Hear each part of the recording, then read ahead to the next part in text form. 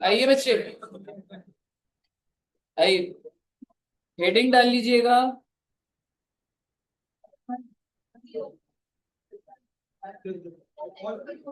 Pension. Dhananjay थोड़ी सी light भी कर दी उसमें। हाँ कम।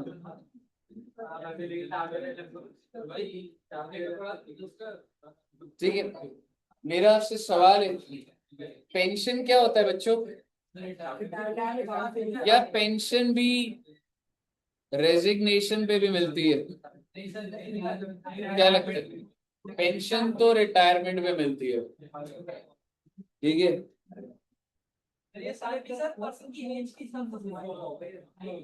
अभी देखेंगे, अभी ऑब्वियसली हाँ जी, एज पे बेसिस पर हो।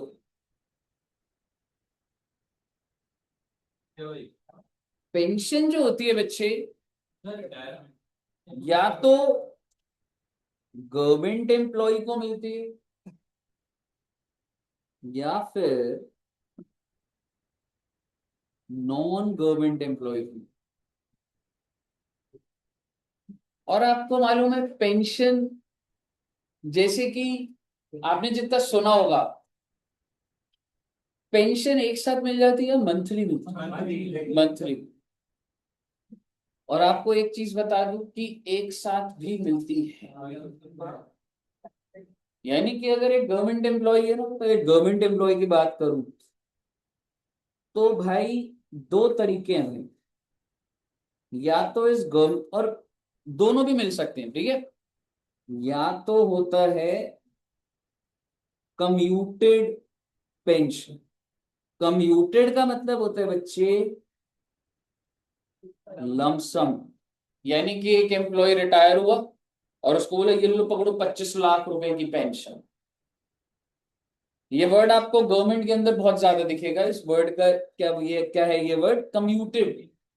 कम्यूटेड होता है एक साथ पैसा मिल जाना, और एक होती है अनकम्यूट।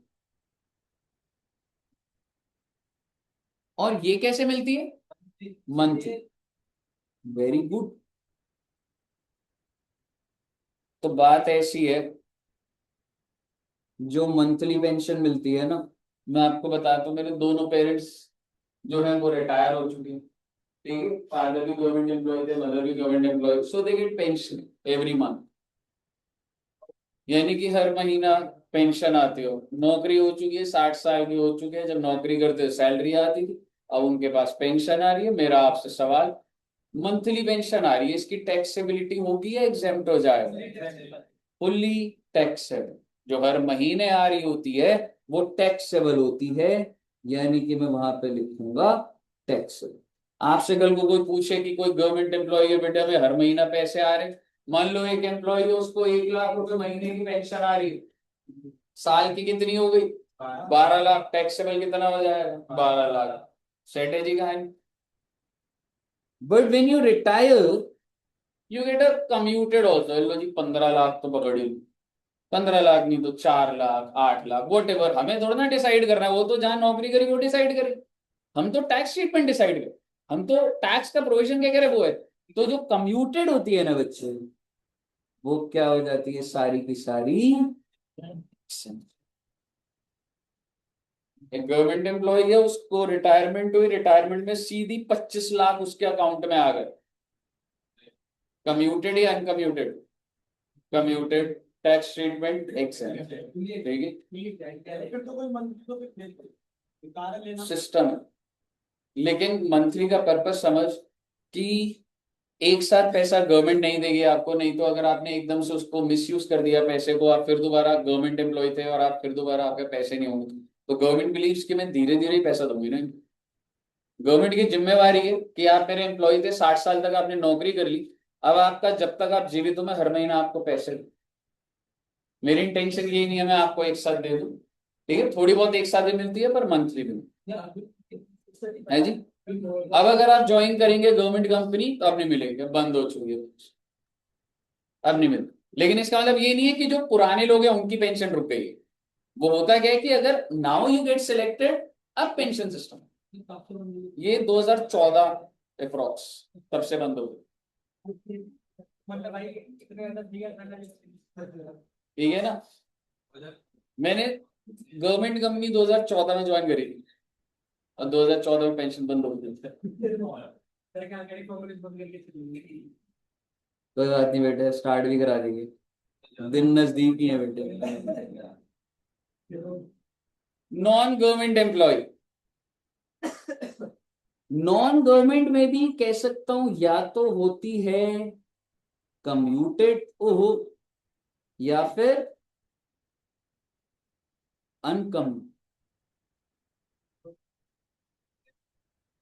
ग्रेचुइटी। हो सकता है कोई कंपनी बोले पेंशन दे रही, रोक तो नहीं सकते ना किसी कंपनी को।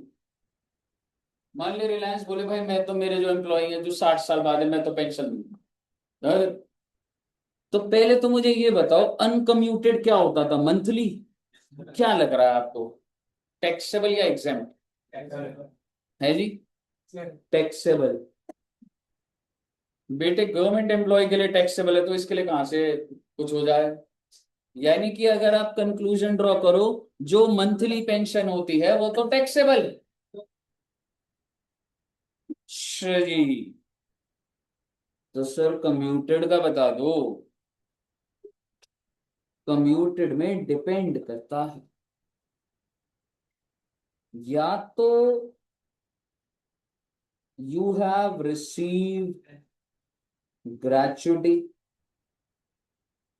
या फिर नॉट रिसीव्ड ग्रेचुटी। मतलब सर बेटे ये बंदा रिटायर हो रहा है, नॉन गवर्नमेंट एम्प्लॉय है, तो क्या मैं इसे जान नहीं सकता भाई तुझे ग्रेचुटी मिली है या नहीं मिली है?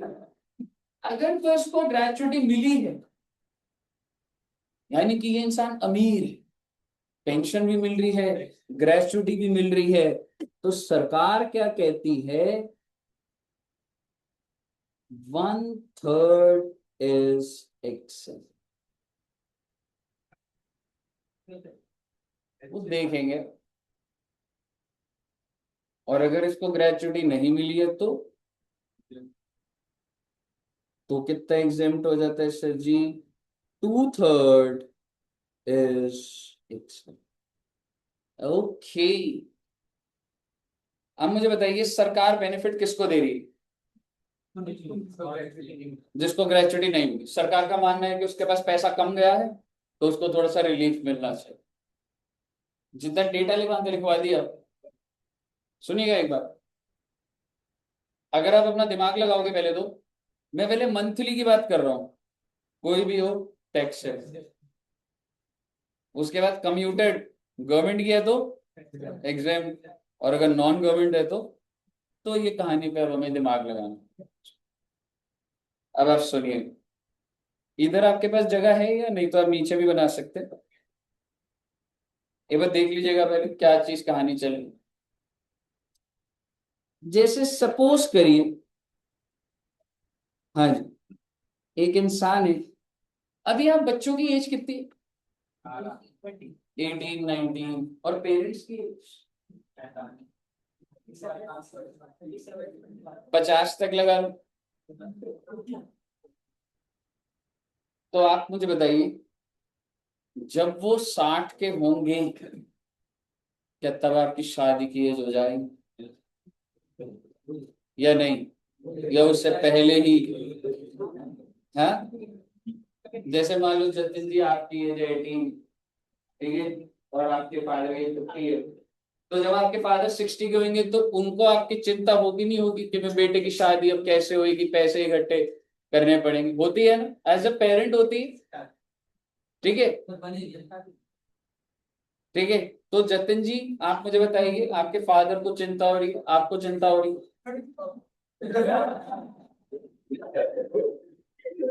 आपको भी चिंता हो रही है, ठीक है। तो सपोज करो एक इंसान है मिस्टर ए, और वो जॉब किधर करते हैं, वो जॉब करता है इन्फोसिस। और भाई मिस्टर ए की एज कितनी हो गई है बच्चे,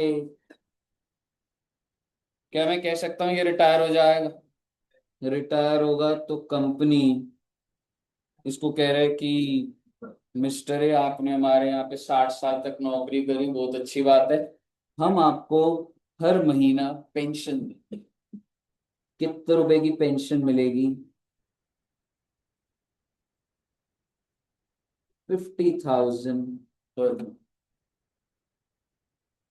क्या ये एक इंसान को जीने के लिए एक रीजनेबल अमाउंट है? Like you don't be going to the office but आपको हर महीना 50,000 मिल जाए, मानते हैं इस चीज? लेकिन मिस्टर ए की एक परेशानी, मिस्टर ए 60 साल का हो गया एंड इनके बच्चे कितने साल के हो गए? 30। तो क्या मिस्टर ए को फंड्स की जरूरत होगी और या नहीं? शादी कराने में बहुत खर्चा होता है बेटे। जैसे अभी अभी दुष्यंत सर की शादी हुई। आपको पता है दुष्यंत सर ने शादी किधर हुई थी सर की? छतरपुर में राइडसन होटल देखा नया करो। तो उधर कितनी गैदरिंग थी मुझे ऐसे एग्जैक्ट नंबर नहीं पता, शायद से 400 लोग, 300 400। आपके हिसाब से एक प्लेट कितने की हो?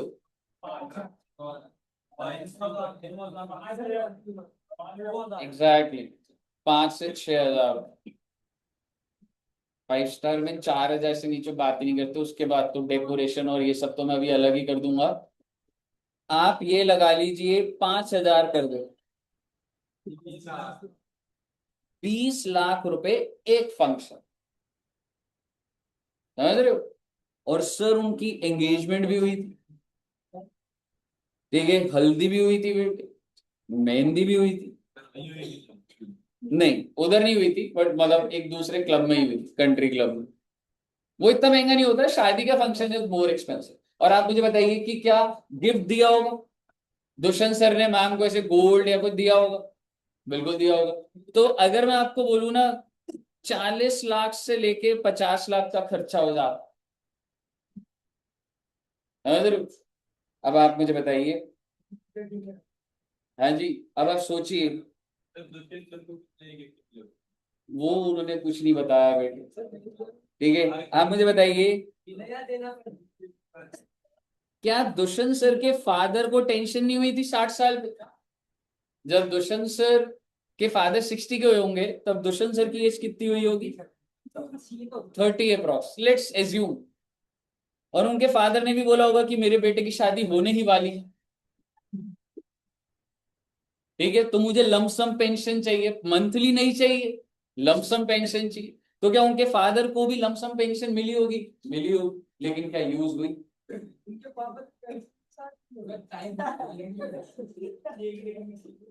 दिस इज एक मिडिल क्लास फैमिली में एक गवर्नमेंट एम्प्लॉय का ये बहुत ही यही होता है। मैं तो बता रहा हूँ, जब आप 60 ईयर्स के होते हो आपको एक साथ पैसा भी मिलता है पर वो एक साथ खर्चा भी होता है। मैं मुद्दे की बात पर आ रहा हूँ, अब आप सुनिएगा।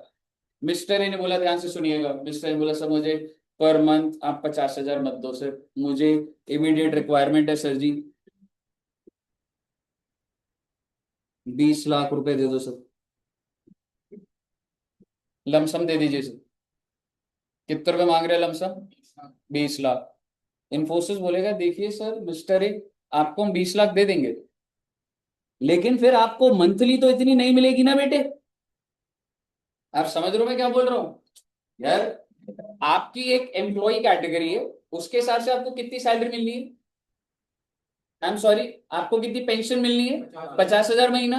आप कंपनी के पास आए, आपने बोला कुछ लमसम दे दो, बिल्कुल दे देंगे, सिचुएशन समझ आती है, बच्चों की शादी करनी है, जो भी रीजन है, मेडिकल की जरूरत है, ले लो 20 लाख रुपए।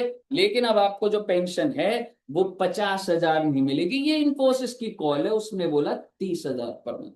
क्योंकि अगर मैं फिर भी 50 देता रहूंगा ऐसे तो हरिबंदा यही बोलेगा कि मुझे लमसम दे दो। आप समझ रहे हो मैं क्या बोल रहा हूँ? मैं आपके दिमाग में सिर्फ ये बिठा रहा था, अगर तुम लमसम पेंशन लोगे तो तुम्हारी महीने की पेंशन कम हो जाएगी। मतलब आप लमसम 50 हजार ले लो महीने, समझ रहे हो? हाँ जी। अरे वो छोड़ो ना, आप पहले लॉजिक तो समझो कि एक एम्प्लॉय जब रिटायर हो रहा है तो क्या होता है। एक्सएल एक्सएल देख लेंगे एक बार। आप मुझे बताइए, अगर ये कोई भी पेंशन नहीं लेता लमसम तो महीने का कितना मिलता?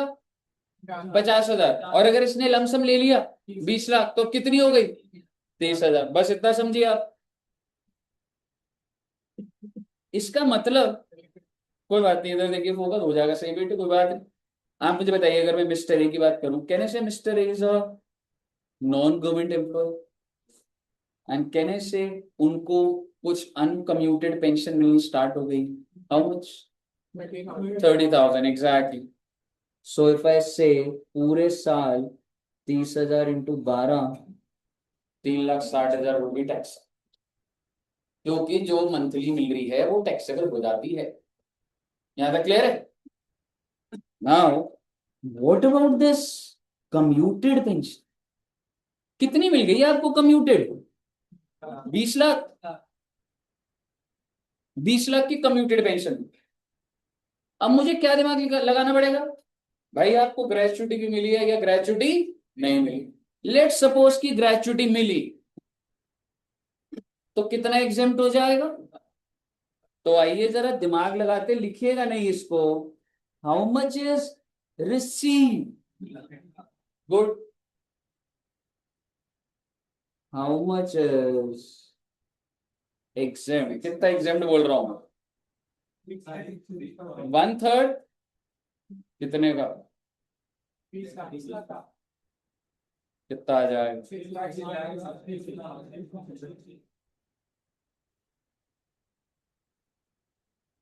How much is taxable?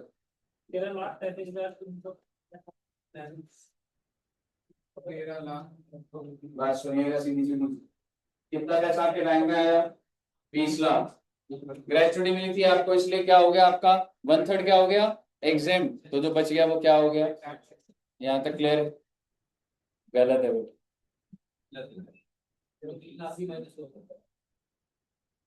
ऐसे नहीं है बच्ची।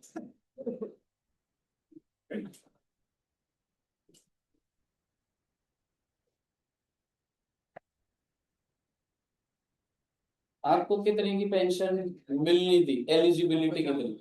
50,000। आपने कुछ लमसम करा लिया, आपकी पेंशन अब कितनी है? कितनी कम हो गई? तो जितनी कम हो गई ना, वो परसेंटेज बताओ मुझे, कैसे निकलेगा? 20,000 कम हुई। On what base? 50,000। Original is 50,000।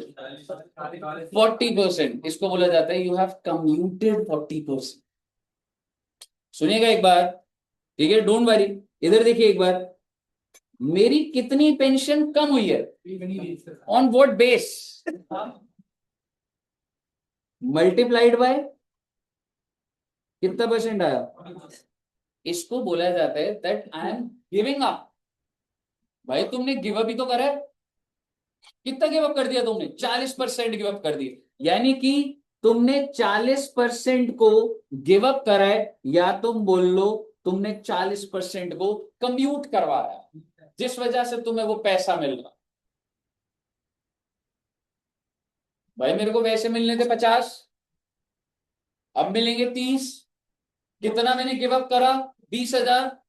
In percentage 40%। I have given up 40%। I have commuted 40%। Commute कराया because I have given up my monthly pension, तभी तो मेरे को लमसम मिला। आप समझ रहे हो? तो बात यो है, 40% गिव अप करके तुम्हें कितना मिला? 20। Because I have given up 40%। तो अगर तुम 100% गिव अप करो, ऐसा कर नहीं सकते, मैं सिर्फ निकाल रहा हूं। अगर मैं 100%, मैं कहता सर 0 कर दो मेरी पेंशन। एग्जैक्टली। तो आप कैसे निकालते? 20 लाख अपॉन 40% इंटू 100%, कितना आता बेटा? 50।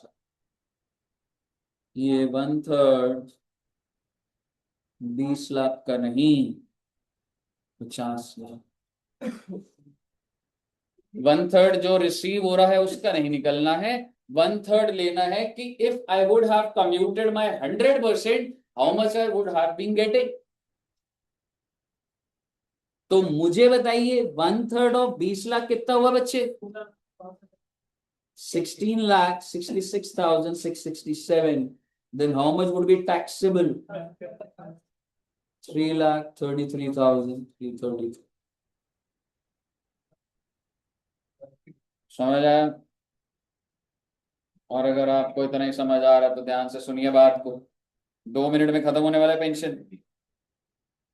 और अगर ग्रेचुटी नहीं मिली होती तो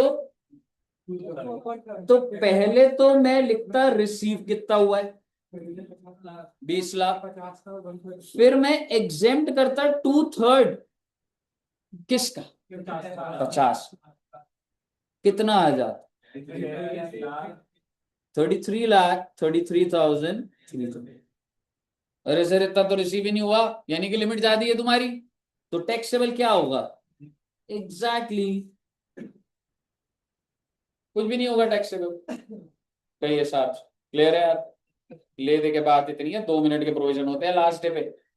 पेंशन जो मंथली होती है टैक्सेबल होती है, चाहे गवर्नमेंट हो चाहे नॉन गवर्नमेंट। कम्यूटेड होती है, गवर्नमेंट को मिलती है एग्जाम। कम्यूटेड होती है अदर देन गवर्नमेंट, इधर देखिए बातें मत करिए please. Commuted other than government होती है, तो देखना पड़ता है रिसीव्ड ग्रेचुटी या not received gratuity. Received gratuity तो 1/3, नॉट रिसीव्ड तो 2/3। बस ध्यान ये रखना है 1/3 उसका निकालना है कि अगर मैं सारा कम्यूट कर देता तो कितनी पेंशन आ।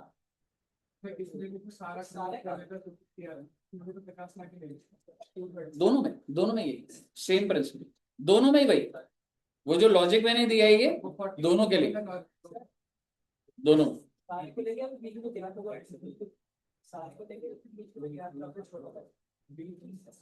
जो ठीक है मतलब 1 मिनट में आ रहा हूँ। हाँ मैंने 20 गिव अप करा है। हाँ तो वो तो मुझे मिलेगा ही नहीं ना, तभी तो मुझे लमसम मिल गया।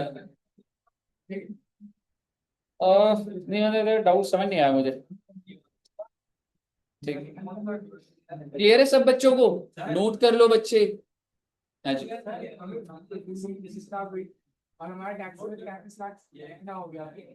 भाई रिसीव्ड अगर 20 लाख है तो टैक्सेबल कैसे होगा 33 लाख? एग्जेम्प्ट है ब्रो, नील लिखा तो है रिसीव्ड 20 लाख बस। हाँ एग्जेम्प्ट कितना है?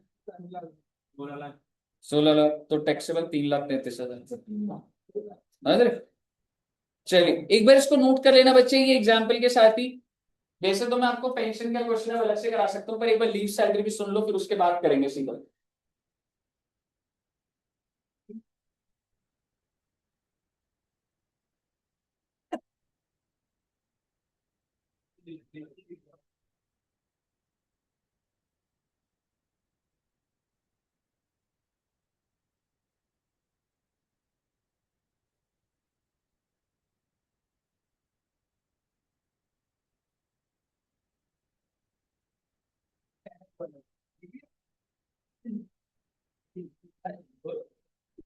जैसे लिखा है एकदम वैसे लिखिए, एग्जाम्पल क्या है नीचे करो, एग्जाम्पल भी बना लो तो सही।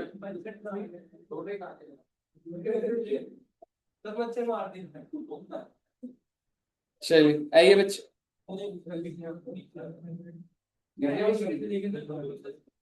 प्लीज जल्दी लिखिएगा प्लीज।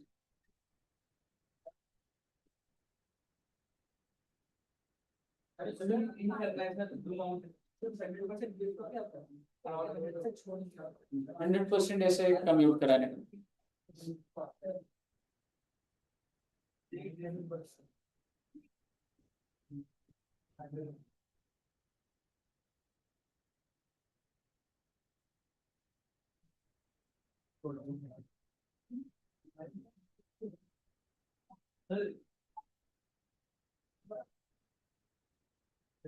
Zoom in.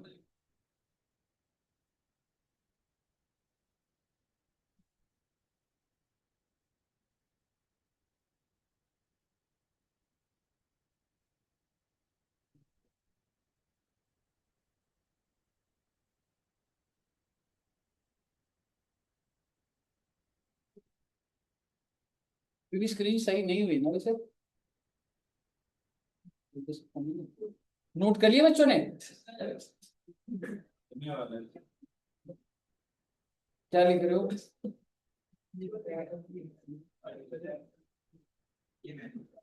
अरे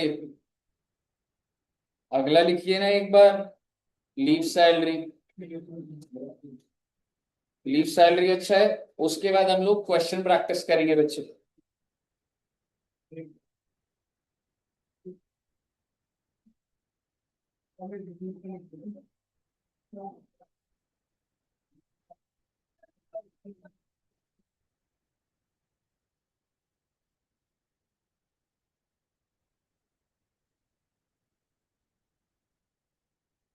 लिया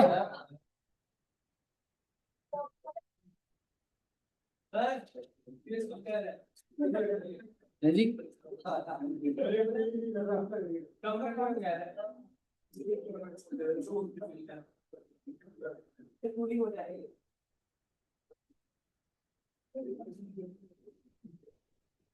अब करेगा बेटे।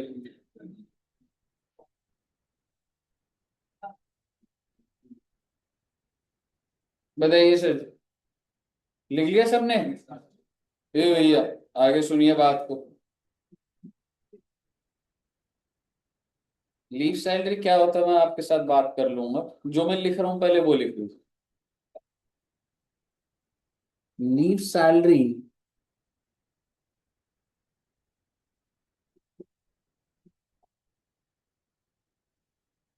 या तो गवर्नमेंट एम्प्लॉय को मिलती है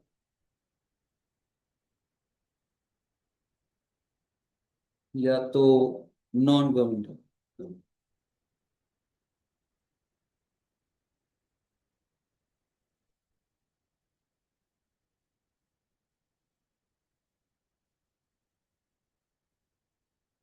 या तो ड्यूरिंग जॉब मिलती है। ड्यूरिंग जॉब मतलब भाई साल खत्म हुआ, थोड़ा सा लीव सैलरी के नाम से पैसा मिला।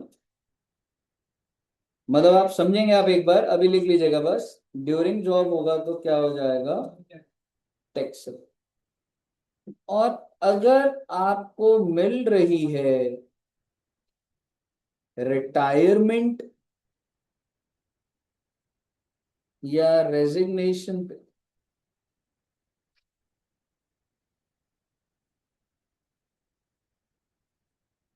तो क्या हो जाएगा बेटे बताओ ना। Exam government. अब देखिए, गवर्नमेंट एम्प्लॉय होने के कितने फायदे भी है।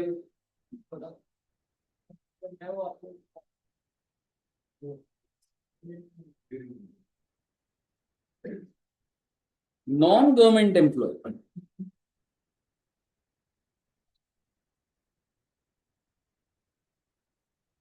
या तो ड्यूरिंग जॉब उसे लीव सैलरी मिलेगी, क्या लगता है आपको क्या होगा? Exactly exactly. जब गवर्नमेंट एम्प्लॉय के लिए टैक्सेबल है वो नॉन गवर्नमेंट के लिए भी होगा। लेकिन अगर रिटायरमेंट या रेजिग्नेशन, तो क्या होगा सर जी? 4 लिमिट निकलेंगी।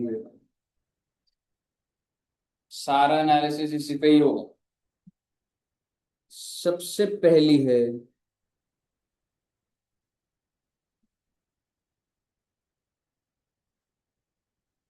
एक्चुअल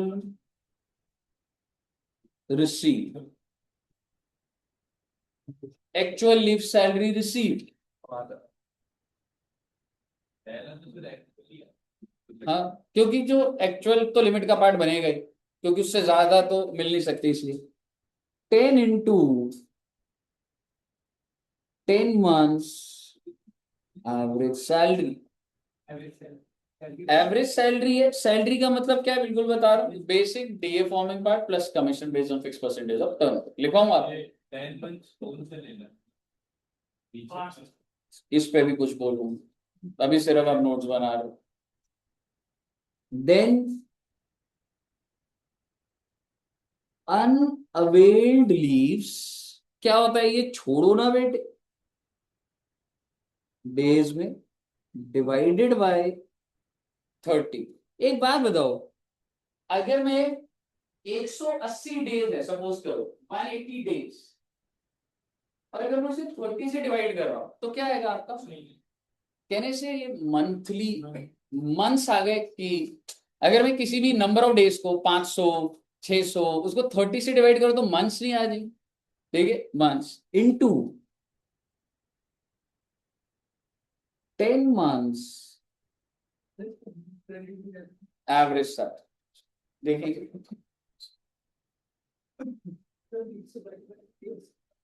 हाँ जी, ब्रैकेट में लिखा है days, in last is 25 lakhs। Oh my god, इन चारों में से जो सबसे ज्यादा होगा वो एग्जेम्प्ट होगा या जो लीस्ट एग्जैक्ट, जो सबसे ज्यादा लीस्ट। आपको याद है आपने लास्ट क्लास में ग्रेचुइटी करा था, आपको याद है उसमें आपने कवर्ड या नॉट कवर्ड में लिमिट नंबर सी लिखी थी। उस 20 लाख के आगे ब्रैकेट में अगर आप लाइफ टाइम लिख दोगे तो कॉन्सेप्ट करेक्ट हो रहा, क्योंकि वो जिंदगी भर का है। आप लिख दीजिए, लिख दिया था, तो मैं यहां भी लिख रहा हूँ, ठीक, यहाँ भी लाइफ टाइम लिख दिया, अपने आप कॉन्सेप्ट क्लियर हो जाना चाहिए। आपको क्या इम्प्लीकेशन आ गया इसका?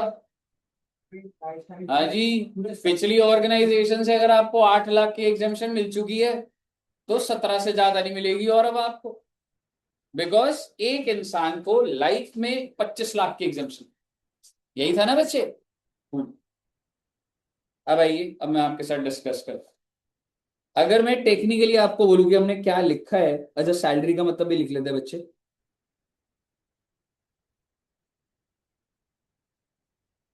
Basic plus DA forming part plus commission based on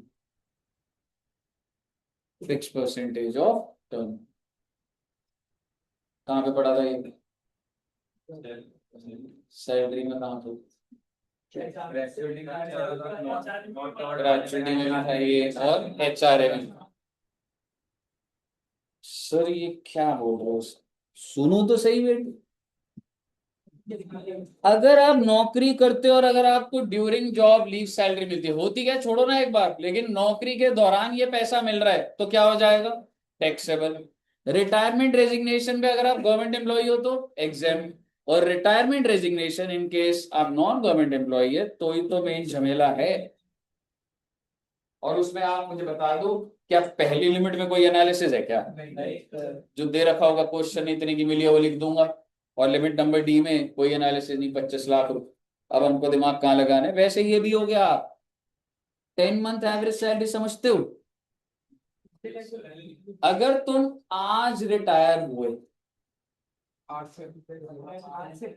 चलो सुन लो पूरी बात, ग्रेचुइटी की बात करूंगा, पहले देखता हूँ कितना याद है। अगर तुम आज रिटायर हुए तो उसमें भी था ना 10 मंथ लेना होता था, नॉट कवर्ड वाले में। तो वो आज से 10 महीने होते थे, या इस महीने को I have to ignore, exact, but not in case of leave salary. अगर मैं आज रिटायर हुआ हूं तो पुराने 10 महीने आज से गिनती करी जाएगी, ये लिखवा दूंगा आपको। इतना पेपर के अंदर क्या होगा, हमेशा तेरे को रिटायरमेंट 1 तारीख दे रखी होगी या 30 तारीख, समझ रहे? अगर एक दिन भी वैसे अगर बोलूं तो यस, समझ रहे? पर मैं ये बोलना चाह रहा हूं, अगर आप आज रिटायर हुए, ये अप्रैल का मंथ है, आज के 23 अप्रैल, ठीक है, तो अगर मैं ग्रेचुइटी की बात करूं तो वो तो इस मंथ से पहले के 10 मंथ्स लेंगे, लेकिन अगर मैं लीव सैलरी की बात करूं तो इधर से लिख लेंगे बात। तो मान के चलिए, अगर मैं आज रिटायर हुआ तो आज ही से 10 महीने लूंगा, 15 से 15, 15 उससे 15 से 15, ठीक है। तो 10 मंथ एवरेज सैलरी आएगी, और उसके बाद इन्होंने किससे मल्टीप्लाई कर दिया? क्या सीधा सीधा 10 महीने का टोटल नहीं बोल सकते थे? 10 महीने का टोटल ही तो है ही, और क्या। पहले मैं 10 महीने की सैलरी निकालू, फिर मैं उसे पर मंथ लेकर आऊं, 10 से डिवाइड करूं, एवरेज करूं, फिर उसको मैं 10 से मल्टीप्लाई कर दूं। Technically it is 10 month salary, limit number B क्या है? अगर आप आज रिटायर हुए हो तो मुझे आपके 10 महीने की सैलरी का टोटल करना है मेरे। इसका मतलब ये नहीं आप पेपर में ऐसे लिखेंगे, आप इसी तरीके से लिखेंगे 10 × 10 मंथ आप दस साल। क्लियर है बच्चे? और सैलरी का मतलब क्या है जी? तो बेसिकली लिमिट नंबर बी में कोई दम नहीं रहेगी। आप सैलरी निकालोगे, 10 से मल्टीप्लाई करोगे, 10 से डिवाइड करके वही कहानी कर दोगे। क्वेश्चन में देखेंगे, डोंट वरी, बट आपको ड्रिल डाउन होना चाहिए। सारा एनालिसिस किधर है जी? Limit number C. अब मैं आपके साथ बात करता हूं। आपको पता है बच्चे, जब आप ज्वाइन करते हैं तो आपको एक अपॉइंटमेंट लेटर मिलता है। अपॉइंटमेंट लेटर होता है। अपॉइंटमेंट लेटर में क्या लिखा होगा? कि you have been selected as manager, senior manager, assistant manager. और क्या बातें लिखी होती? सैलरी लिखी होती, कितने डेज की छुट्टी मिली। क्या ये लिखा होता है? यस, लिखा होता है। ठीक है, सुनिएगा बात। सर मतलब मैं आपको बताता हूं, जब मैं जॉब कर रहा था तो कैजुअल लीव्स मिलती थी, कितने दिन की? 15 दिन की। और दूसरा होता है अर्नड लीव्स, 15 दिन। यानी कि साल की टोटल कितनी छुट्टियां ले सकते हैं आप? 30 डेज। ओके।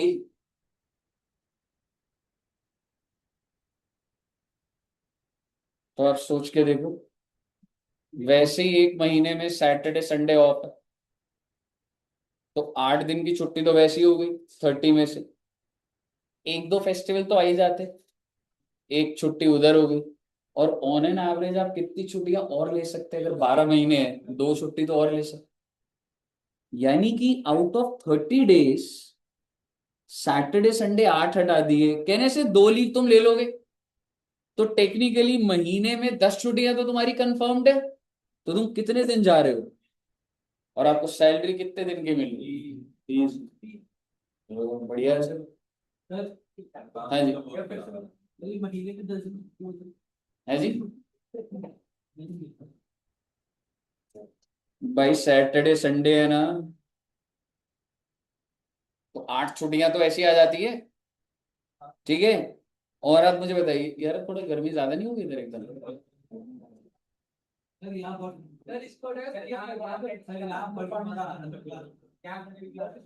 हाँ मैं देख रहा हूँ, काफी देर हो गई पानी पीते हुए तुझे।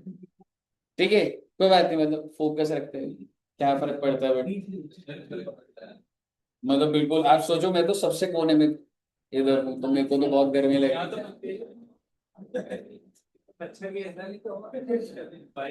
पर वो कूलिंग नहीं कर रहा है एसी।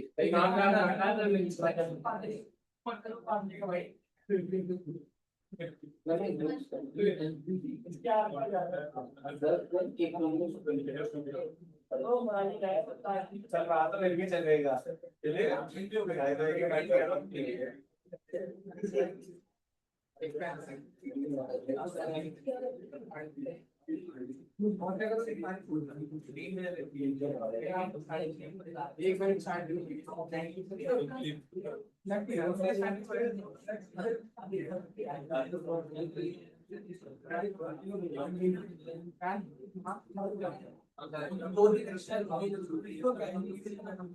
हाँ क्या बोल रहे हो आप भाई, क्या बोल रहे हैं? नहीं नहीं, 2 दिन। अच्छा वो अलग चीज है, इसको छोड़ दे एक बार के लिए, कोई बात नहीं। वो मैं कह रहा था एवरेज, कि 12 महीने काम करते हैं तो 200 दिन की मिलूंगा, तो फिर 24 दिन की छुट्टी बनती। तो मैं सिर्फ मंथली ऐसे बोल रहा था। सुनिएगा, तो आपने अगर बच्चे ज्वाइन करा, मान लो ये पहला साल है आपका, मैं साल लिख देता हूं। और कौन से साल में हमने ज्वाइन करा, ये दिस न्यू फर्स्ट ईयर है आपका, 26-27।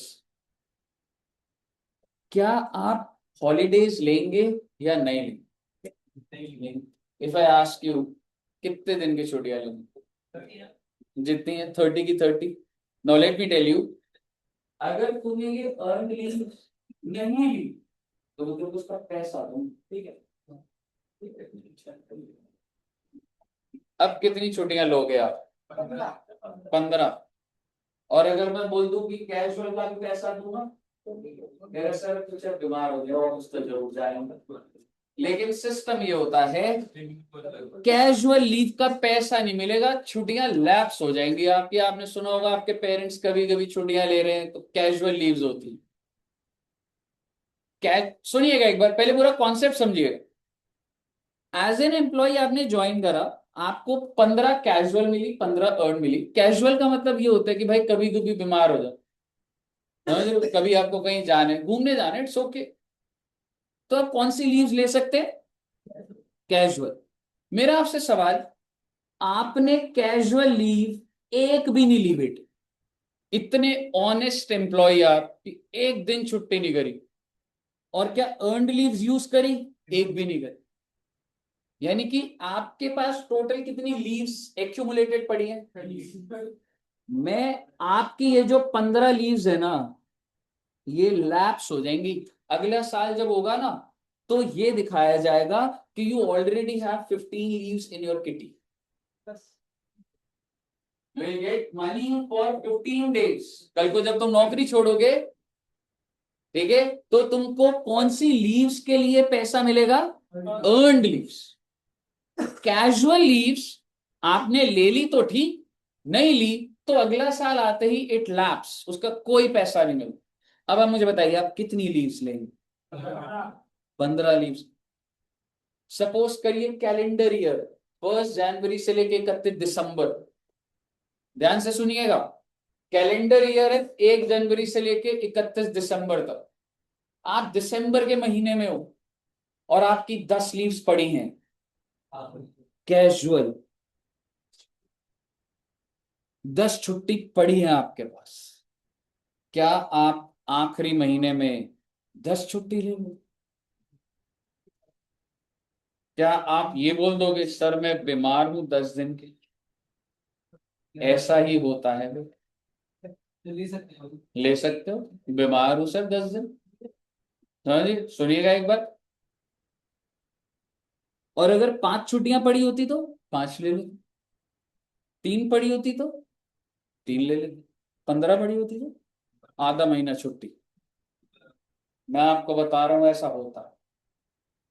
जब एक एम्प्लॉय स्टार्ट करता है ना, उसके दिमाग में ऑन एन एवरेज पता है क्या होता है? एक आध लीव जब जब जरूरत है, 7 8 महीने तक क्या होता है उसकी ना, 7 8 लीव ही कंज्यूम हुई हो। देखो अभी ना तुम नए नए जाओगे ना, तुम्हें छुट्टी लेने का मन करे, ठीक है, बट धीरे धीरे समझोगे कि जब रिस्पॉन्सिबिलिटी, जब जरूरत हो तभी छुट्टी ली जाए तो सही। तो होता क्या है, आपने 7 8 महीने कितनी लीव्स ली? सिर्फ 7 8। कितनी लीव्स बच गई आपकी? और होता क्या है, दिसंबर महीने तक ना हर किसी के पास 5 से 6 लीव्स होती, गारंटी दे रहा हूं। और हर कोई दिसंबर के आखिरी 10 दिन में कंपनी में सब बीमार पड़ जाए। Everybody is on sick leave, everyone. पर क्या एक्चुअल में वो सिक लीव होती? वो घूम रहे होते हैं बेटे, कोई गोवा घूम रहा है, कोई और बाहर चला है। एंड कंपनीज पहले से ही मेल डाल रही, वो कह देती है we know it's year end, it's Christmas time, new year time, तो बीमार मत हो। वो कहती है please plan your leaves. We know, आप एक कंपनी के एम्प्लॉयज हो, मान लो मैं एचआर हूं, मैं बोल दूं देखो भाई मुझे पता है भाई तुमको 15 यूज करनी, मैं तुम्हारे को कोई ज्ञान देने नहीं आया कि वर्क फॉर द ऑर्गेनाइजेशन और डेडिकेशन, वो टाइम नहीं है, दिसंबर ईयर एंड हो रहा है, सबको घूमना है भाई मुझे पता है, और मेल भी डाल दूंगा। लेकिन बेटे बस ऐसा मत करना कि दिसंबर के आखिरी 15 दिन आप सारे के सारे गायब हो। कुछ तो क्लाइंट कमिटमेंट रख लेना, पहले से प्लान कर लो। क्लाइंट को बोल दो पहले 15 दिन जो काम कर रहे हो उसके बाद ये टीम में ये मेंबर छुट्टी पे स्टार्टिंग में ये कर रहे हैं, तो मेल आता है, चाहे वो बिग फोर का, मैं आपको उसका ही बता रहा हूँ। वो कहते हैं please plan with your manager, with your boss. Please ऐसे मत करना कि 20 तारीख से लेकर 31 तक कोई भी ऑफिस नहीं आ रहा सारे दिन। और उसका रीजन एक है, क्योंकि सबके पास कौन सी लीव्स पड़ी होती हैं, और सबको होता है हमें तो कंपनी पैसा दे नहीं रही, हम तो यूज करेंगे। सो अल्टीमेटली एवरीबडी यूजेस, लेकिन थोड़ा सा रिस्पॉन्सिबल वे में यूज कर लो, बिल्कुल यूज करो। आपको दी गई है, आप फैमिली के साथ घूमो भाई, लेकिन ऐसे मत करना कि ऑडिट का टाइम चल रहा है और आप 7 दिन का हो। समझ रहे हो आप मुद्दे की बात? ये 15 दिन का पैसा नहीं मिलेगा। क्या कोई इस 15 को यूज करता है? कोई यूज नहीं करता, अनलेस बहुत मजबूरी हो। तो मुद्दे की बात ये जो मैं आपके साथ सारी बातें कर रहा हूं, ये कैजुअल लीव्स है या अर्नड लीव्स? क्योंकि कैजुअल का तो आपको पैसा ही नहीं मिलता, तो मैं क्या बोलूं? कैजुअल में गवर्नमेंट और इसकी क्या बात है? आप समझ रहे हो क्या बोल रहा हूं मैं? अब सुनिएगा, ध्यान से सुनिएगा, मैं क्लोज करूंगा फटाफट, अब ध्यान से सुनिएगा। एक एम्प्लॉई है मिस्टर ए।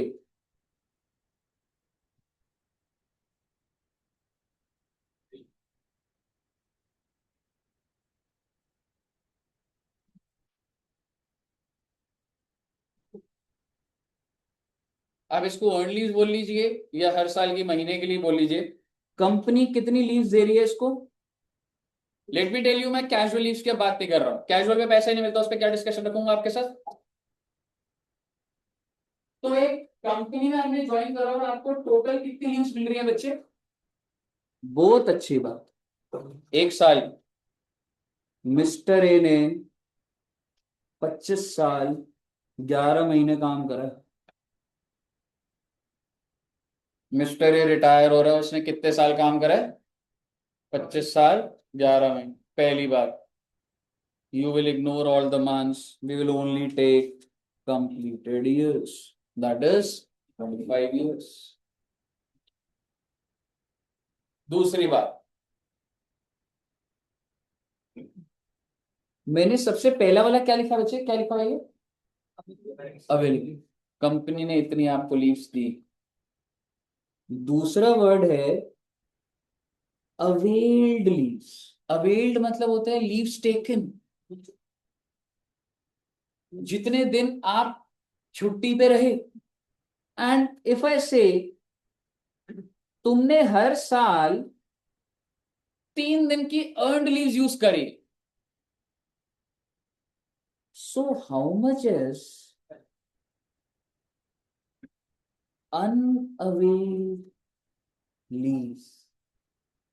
12। तीनों वर्ड को गहराई से समझिए। एक होता है अवेलेबल लीव्स। अवेलेबल लीव्स होता है जो कंपनी आपको कह रही है मैं तुम्हें 15 दिन की छुट्टी देती हूं। दूसरा होता है availed, how much leaves you have taken. You have taken 3, how much is unavailed. और अगर मैं आपको बोलूं आपने हर साल ऐसे करा, तो टोटल ईयर्स कितने काम करा आपने? तो total leaves, total unavailed leaves कितनी हो गई? 25 × 12। भाई साहब 300 दिन के पैसे मिलेंगे आपको retirement, close to 1 year. But आप देखिए, this man has work for 25 years. कितने दिन का पैसा मिलेगा? 300।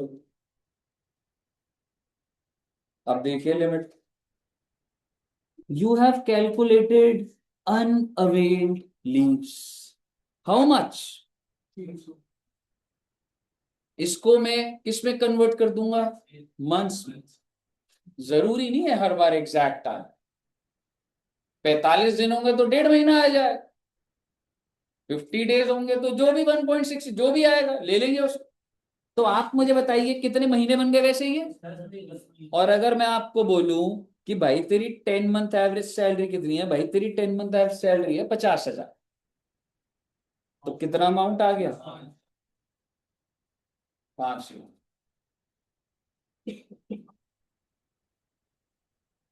यानी कि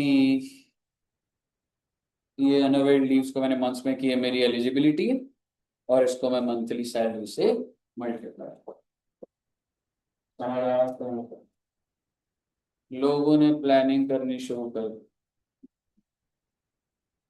एम्प्लॉय ने कंपनी को बोला सर बात सुनिए ना एक बार जरा, आप मुझे कितनी लीव्स देते हो सर?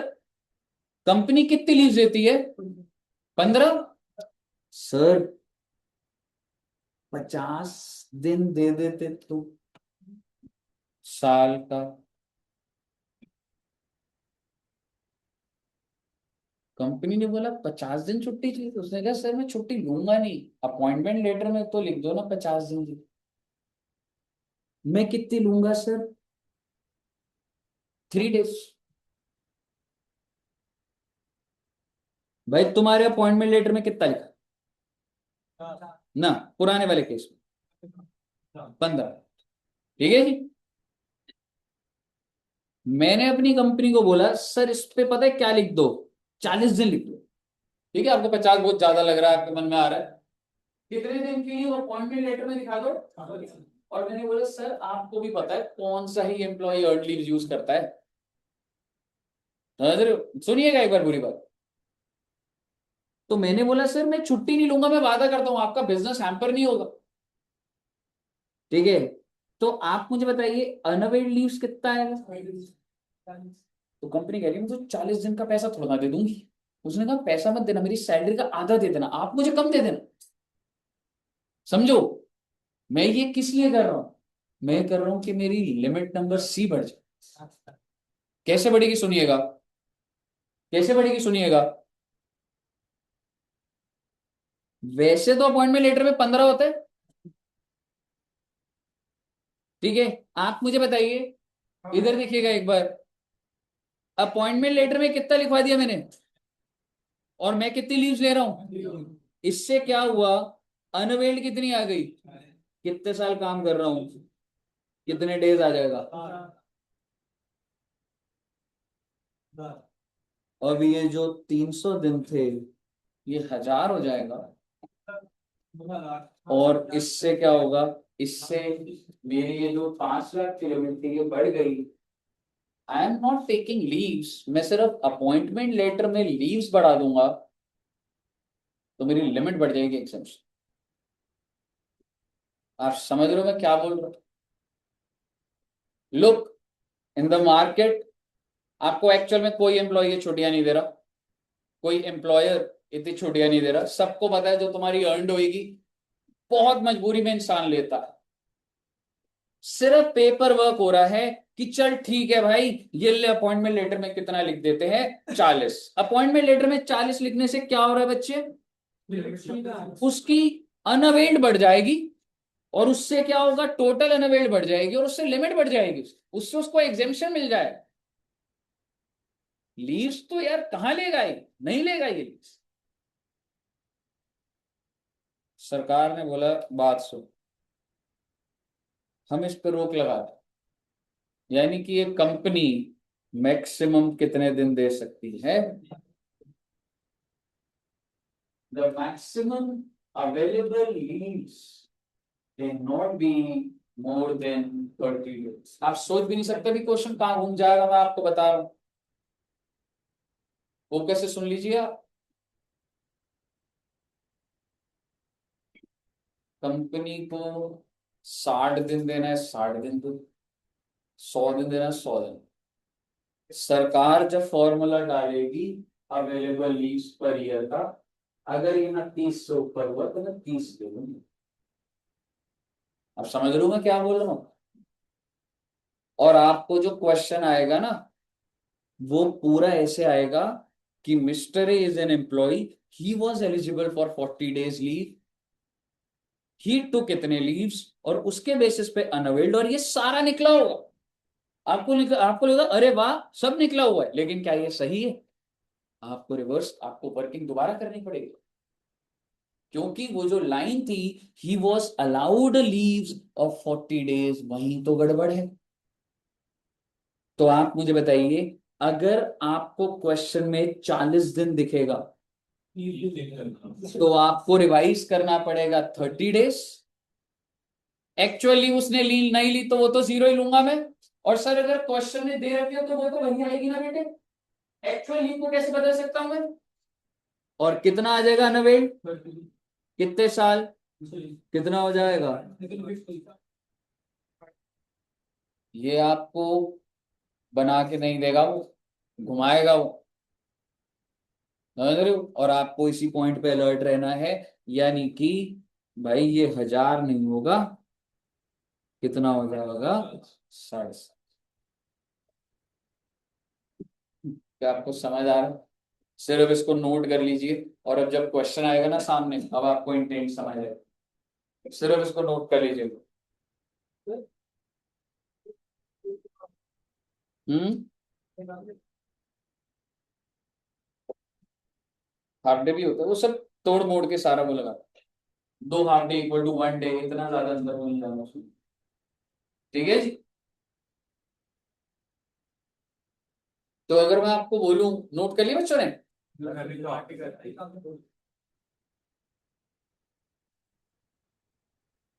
मिलेगा साथ साथ।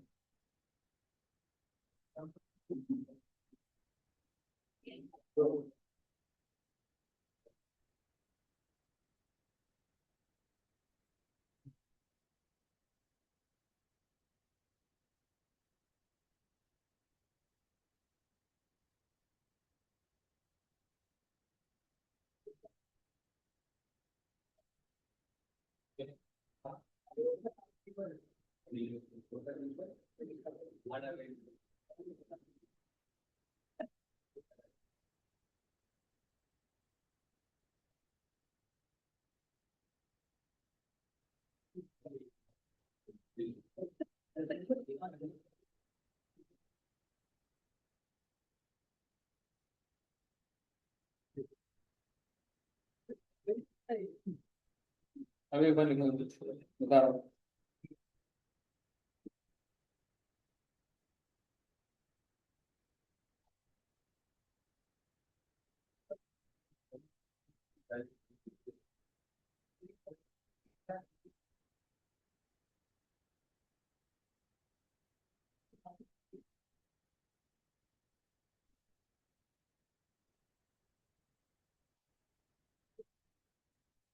लिखना, एक बार मैं कुछ बनाना चाह रहा हूँ, इस टाइम पे बनाता नहीं, बट ट्राई कर रहा हूँ एक चीज।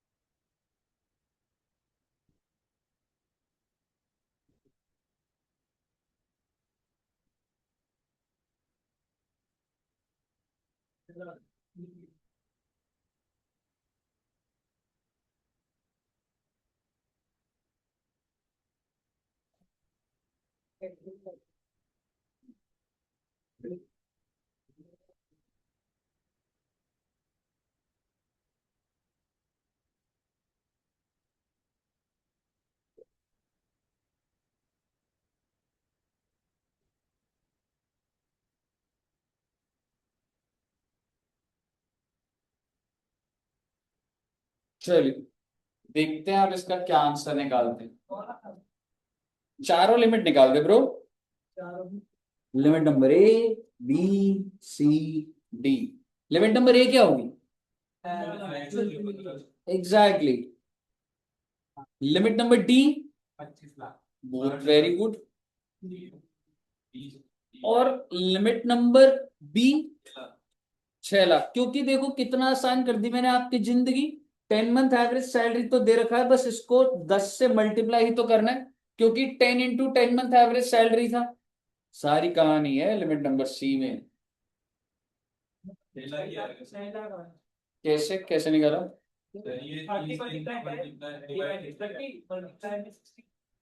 ऊपर क्या लिखूं?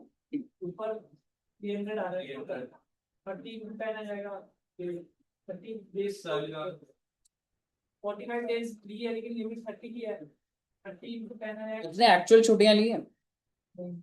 नहीं, तो उस हिसाब से तो फिर 450 दिन बन रहा है। अगर वो 10 साल नौकरी कर रहा है, 45 दिन है।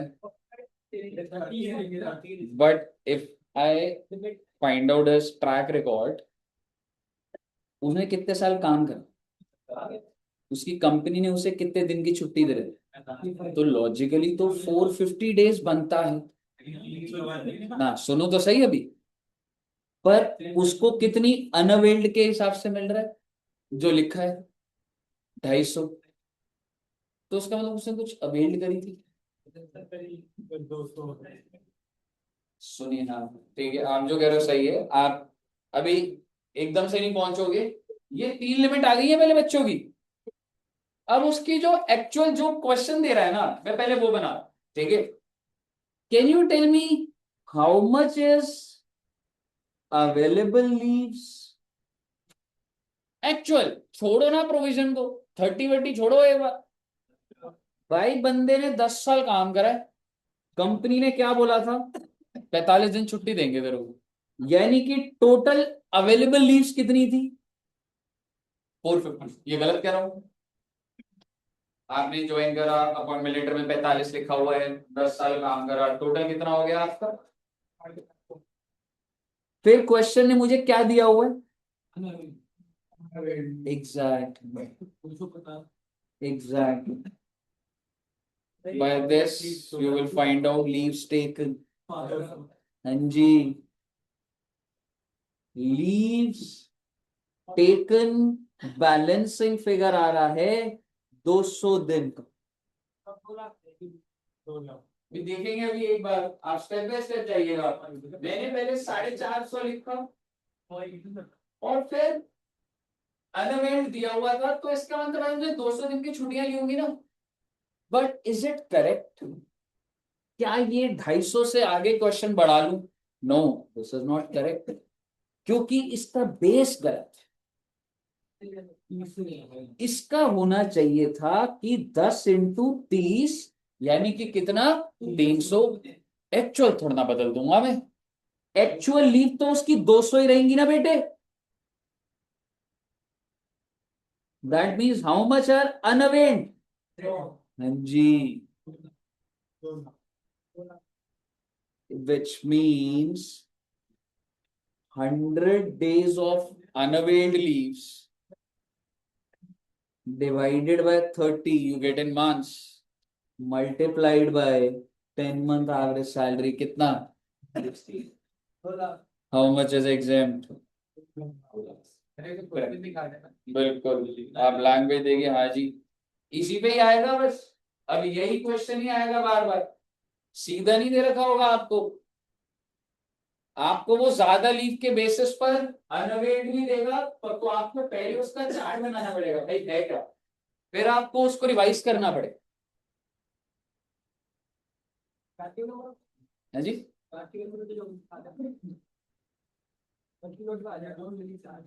हाँ,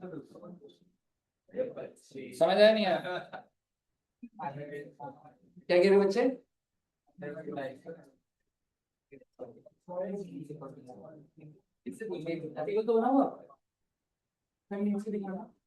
ये देखिए एक बार, ये वाला समझिए। 450 अवेलेबल थी, अनअवेल्ड कितनी दी हुई थी, 250 क्वेश्चन ने दी हुई, तो इसका मतलब लीव्स टेकन कितनी हुई। पर ये पूरा ग्राफ सही नहीं है, क्योंकि ये 45 से हो रहा है, तो उसको मैंने 30 से करा होगा। एक्चुअल एक्चुअल छुट्टियां थोड़ा ना बदल जाएंगी, वो तो 200 ही रहेंगी। ये फॉर्मेट बनाना होगा आपको।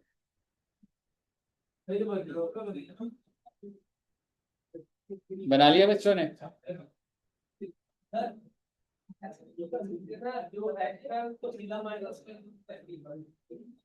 जैसे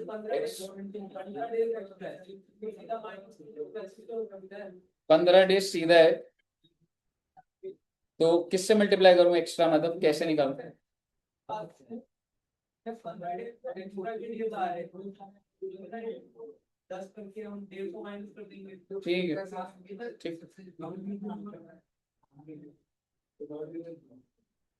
ऐसे ही करेगा तो बेटर रहेगा, थोड़ा एरर फ्री एंड श्योर हो जाता है, कहीं कोई और लॉजिक ना लग रहा हो।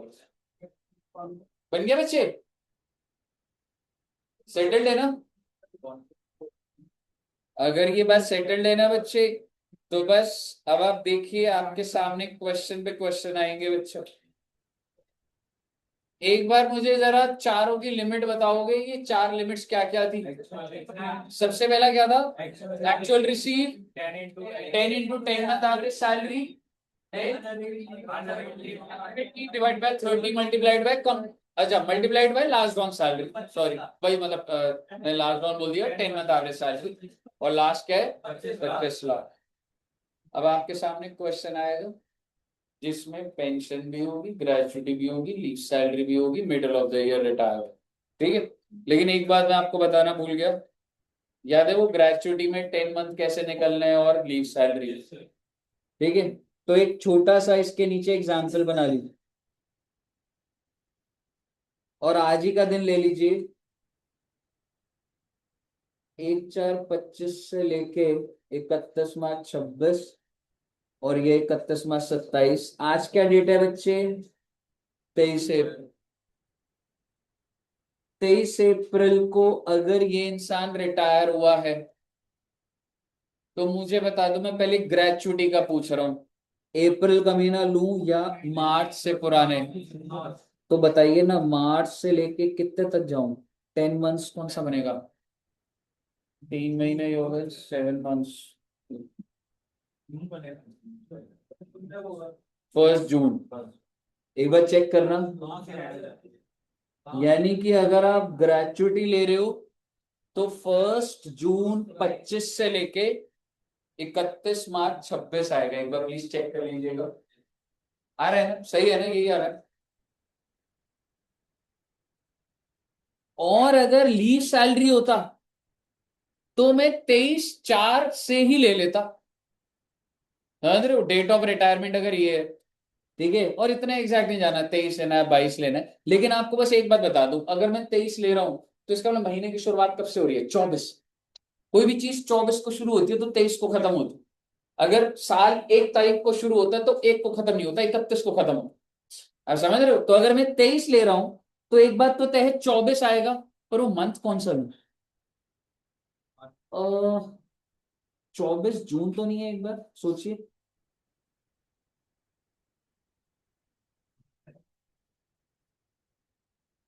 24 जून 25 ही होगा आई थिंक, नहीं है ना? क्योंकि 24 जून से लेके 23 जुलाई, तो एक जुलाई, अगस्त, सितंबर, अक्टूबर, नवंबर, दिसंबर, जनवरी, फरवरी, मार्च एंड अप्रैल, 10 महीने बन रहे।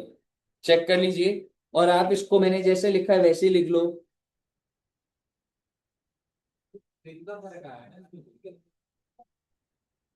है जी? उसमें तू यहाँ से 10 महीने और इसमें तू ग्रेचुटी में तेरा मंथ और रिटायरमेंट को मैं इग्नोर कर रहा हूँ फॉर कैलकुलेटिंग 10 मंथ। इससे एलपीटी कैलकुलेट करते हैं, सैलरी निकाल। अब इंक्रीमेंट कर हुआ है, अब वो क्या एग्जैक्ट इससे पता है उस पर एनालिसिस हो तो क्वेश्चन दे देगा, लेकिन आपको ये ध्यान रखना है कि इस पीरियड से ले लो 10 मंथ, इस पर पीरियड से, ठीक है दोस्त? कहीं लिख लिया? दीपक जी को, कोई और दीपक, ये भैया, ऑल क्लियर टिल हियर? अगर आपको क्लियर है तो आपके सामने क्वेश्चन आने वाला है। पहले इजी क्वेश्चन करेंगे या सीधा ही डिफिकल्ट क्वेश्चन? आप इतने इंटेलिजेंट बच्चे हो, सीधा टफ पे चलो बेटे।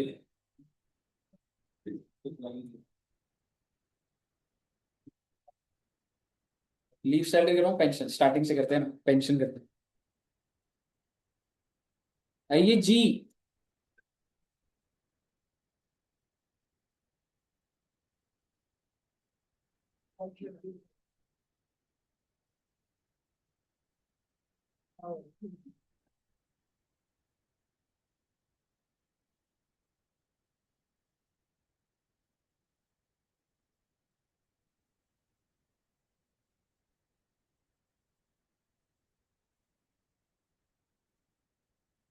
इलस्ट्रेशन नंबर 4.41 शुरू कर दीजिए।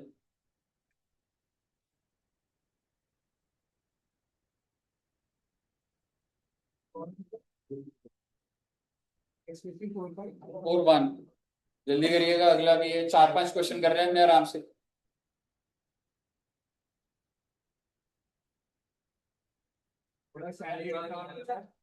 है जी, 6-7 लेक्चर। आपको इजी लगता है? आपको टैक्स इजी लगता है?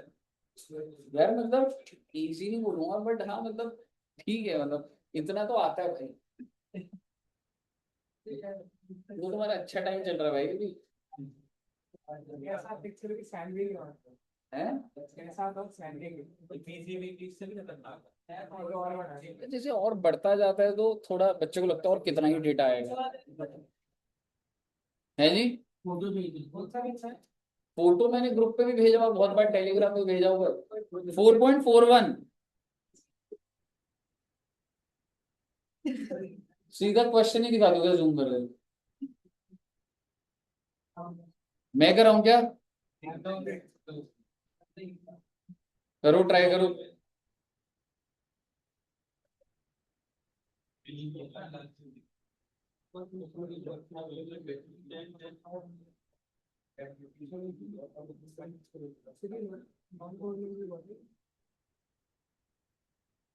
नॉन, अगर कुछ नहीं लिखा तो नॉन गवर्नमेंट ही एक ही sir correct, and the balance shall be 60,000 shall B.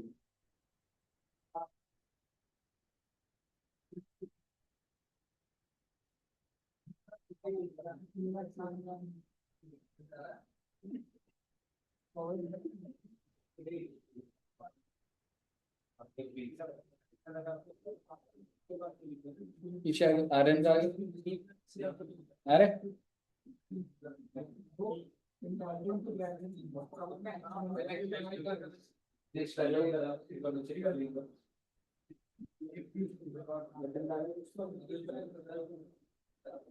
नहीं कराना तो करा, बता दो।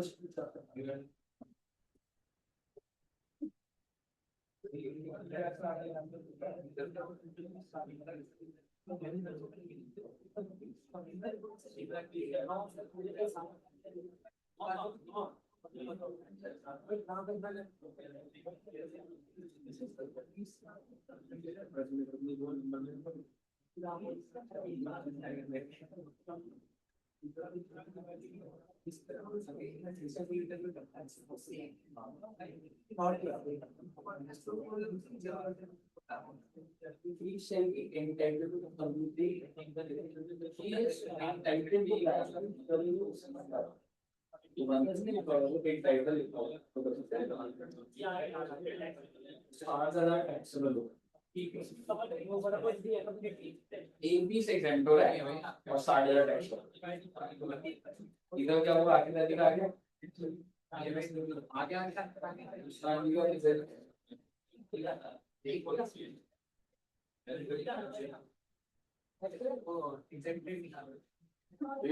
अगर निकल नहीं रहा तो मुझे बताओ बच्चे। हो गया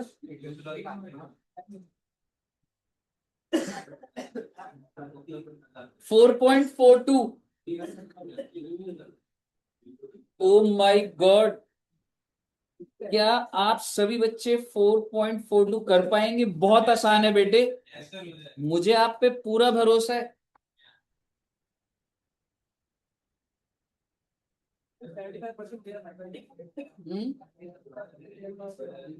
तुझे कंप्यूट करा ली ना, 75 कंप्यूट करा ली तो बस ठीक है, प्रोसेस तो बताइए तुम्हें।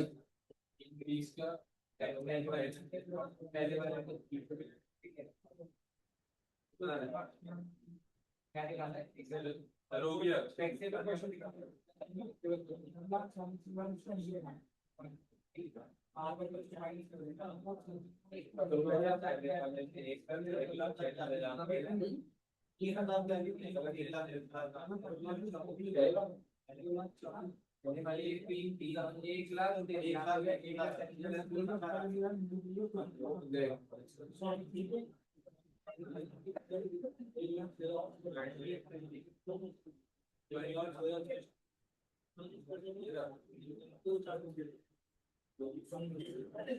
लमसम पेंशन कितनी मिली थी?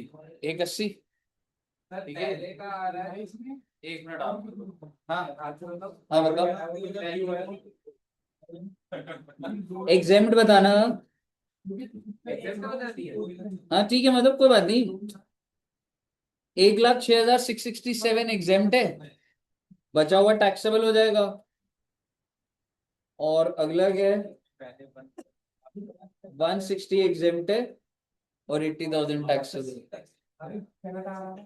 नॉट एंटाइटल्ड टू ग्रेचुइटी वाला भी है।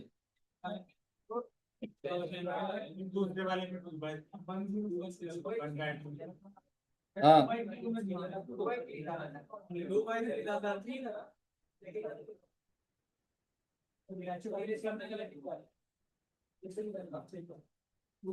टू बाई थ्री था यार।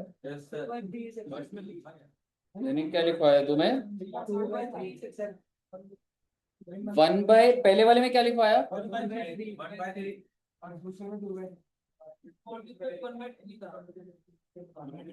रुक जाओ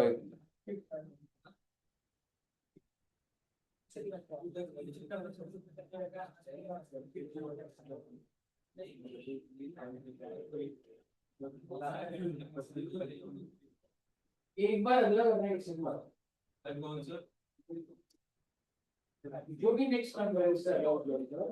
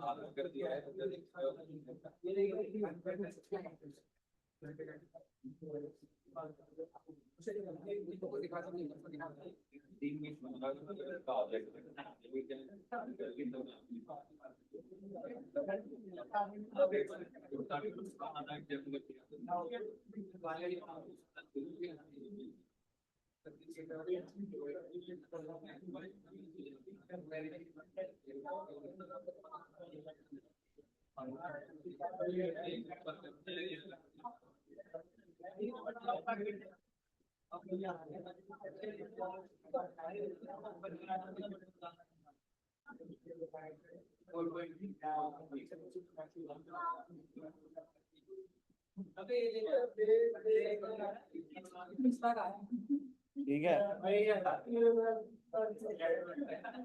कैसे हटेगा भाई?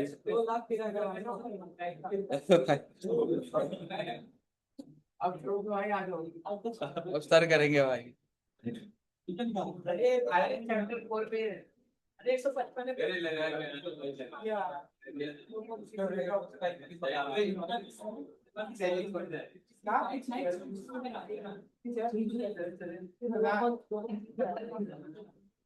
क्या बोल रहा है? मास्क बिल्कुल लगा।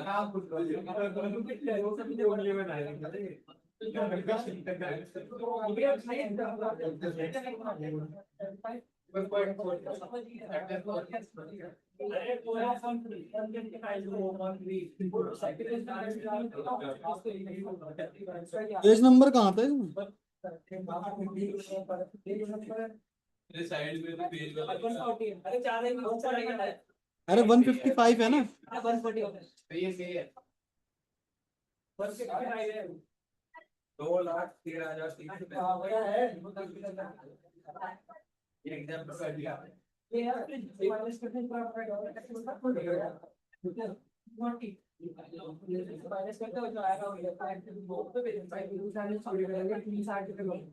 2,00,000 पूरे से ही निकालना पड़ता है, तो मिल आ जाएगा।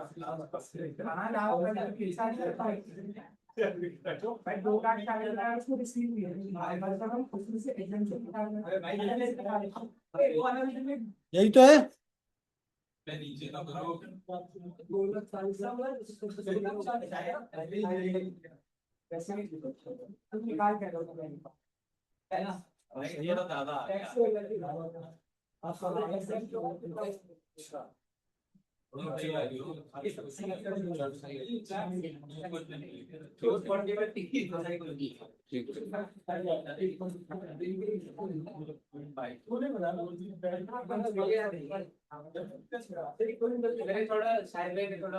कौन सा क्वेश्चन कर रहे हो आप?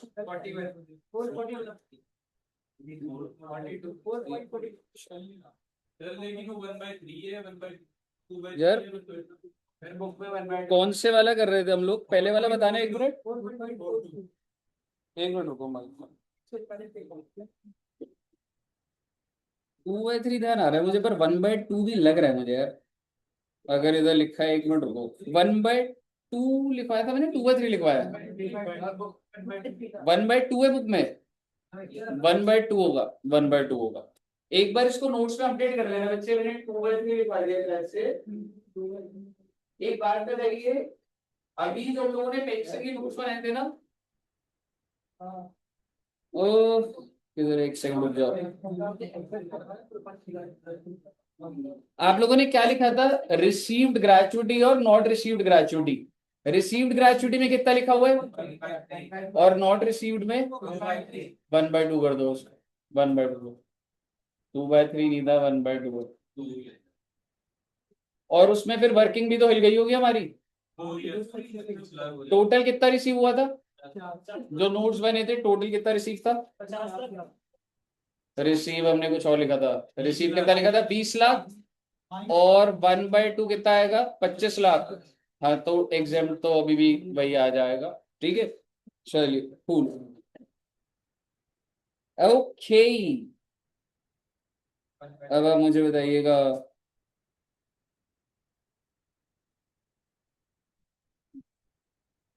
अगला कुछ स्टार्ट करा आपने? रुको एक मिनट, रुकिए एक मिनट। इसके नीचे ये वाला नहीं था यार। कौन सा नंबर करा था लास्ट आपने? 4.4। एक सेकेंड,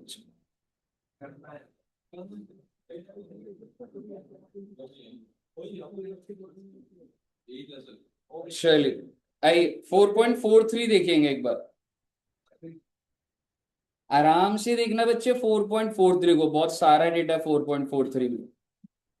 ठीक है, ध्यान से देखिए। चलिए अगर हम इसको देखेंगे, a retired from service on 1 नवंबर 23। एक बात बताओ, हर बंदा जब भी रिटायर होता होगा तो वो साल के बिगिनिंग में होता है या कभी भी हो सकता है? इसका मतलब उसको कुछ महीना तो सैलरी मिलेगी और कुछ महीना पेंशन भी मिलेगी, ये मानते हो? ये बंदा रिटायर कब हो रहा है? डेट्स का ध्यान रखिएगा। कहने से 1/4/23 से लेके 31 मार्च 24 की कहानी है, और ये रिटायर कब हुआ है? 1/11/2023, after serving 18 years and 9 months। तो मैं ये लाइन इसलिए डाल रहा हूं क्योंकि इस टाइम पे ये जॉब कर रहा था और इसके बाद ये क्या हो गया? रिटायर। तो जब आपको ये बोला जाएगा ना कि सैलरी कंप्यूट करो, तो सिर्फ आपका रिटायरमेंट पे फोकस नहीं होना चाहिए, इसकी जो महीने की सैलरी है वो भी आएगी, ग्रेजुएटी भी आएगा, पेंशन भी आएगा, लीव सैलरी। ठीक है जी, आगे देखते हैं। At the time of retirement he was entitled to the following remuneration. इसकी सैलरी कितने की थी? इसका मतलब बस मैं आपको बार बार ये बता रहा हूँ, टाइम फैक्टर की मेन चीज है। उसको हर महीना कितने की सैलरी मिल रही थी? 25,000। डीए कितना बच्चे? तो 25,000 का 20% कितना हो जाएगा? 5,000। और 60% फॉर्म्स पार्ट। मेरा आपसे सवाल, उसको पर रिसीव कितना हो रहा होगा? रिसीव अगर मैं अप्रैल के महीने में बोलूं, सिर्फ अप्रैल के महीने की सैलरी बताओगे आप? 25,000 प्लस कितना आएगा? 5,000। हाँ, तो 30,000 हो गया ना टोटल। क्लियर है ना? तो ये 60% तो सिर्फ मैं वहां पे यूज करने के लिए करूंगा ना। ओके, आगे बताइएगा। On retirement he received a sum of 6 lakh as gratuity. Okay, यानी कि जब उसको रिटायरमेंट हुई बच्चे, तो उसको ग्रेचुइटी कितने की मिलेगी? He was entitled to pension. कितने रुपए की पेंशन? विद इफेक्ट फ्रॉम, रिटायर कब हुआ था? 1/11। बहुत अच्छी बात है। आगे की लाइन के लिए करा रहा हूं question. On 1 January 2024 he got 60% of pension commuted and received a sum of 7.5 lakh as commuted pension। मेरी बात ध्यान से सुनिएगा। वो रिटायर हुआ है 1 नवंबर, और उसने कम्यूट कब करवाई? कितने महीने कम्यूट नहीं करवाई? इसका मतलब नवंबर के महीने में कितनी पेंशन मिली होगी? 12,500। दिसंबर के महीने में 12,500। लेकिन जनवरी, फरवरी, मार्च, 3 महीने जो मंथली पेंशन आई होगी, 60% तो गिव अप कर दी, तो कितने परसेंट मिली होगी? 40%। मतलब 12,500 का 40%, एग्जैक्टली 5,000, 5,000, 5,000। समझ आ रहा है आपको मैं क्या बोल रहा हूँ?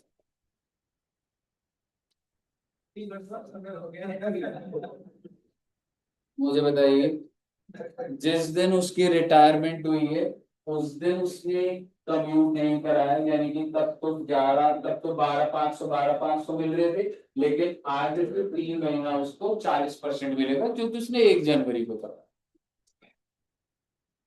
Compute his gross salary for assessment year 24-25, यानी कि आप कह सकते हो प्रीवियस ईयर 23-24। मुझे बताइए इस क्वेश्चन को शुरू कैसे करेंगे। इस क्वेश्चन के 2 पार्ट्स हैं बेटे। लीव सैलरी नहीं आया इसमें, कोई बात नहीं, लेकिन मैं आपको बता रहा हूं। एक तो है कि ड्यूरिंग जॉब क्या क्या मिला, तो क्या आप मुझे बता सकते हो? सबसे पहले मैं क्या लिखूंगा, एक बार हेडिंग डालिएगा, एक बार आप computation of gross salary, heading डालिएगा please, computation of gross salary.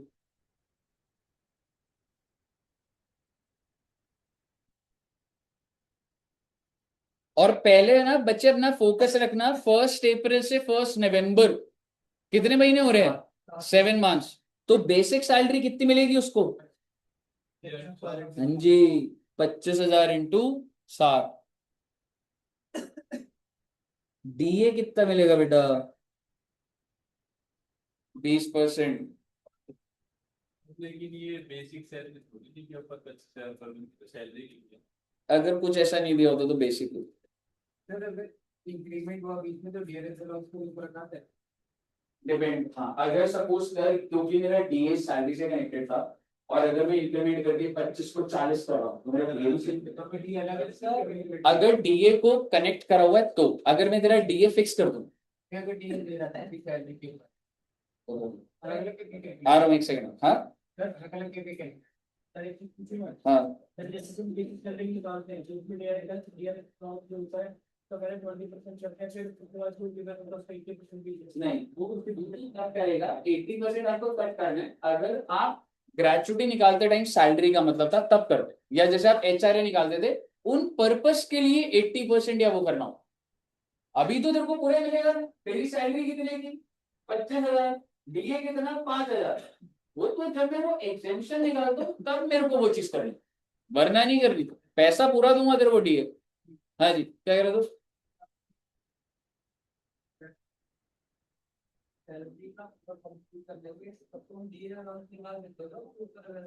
Increment की बात ही कर रहा है।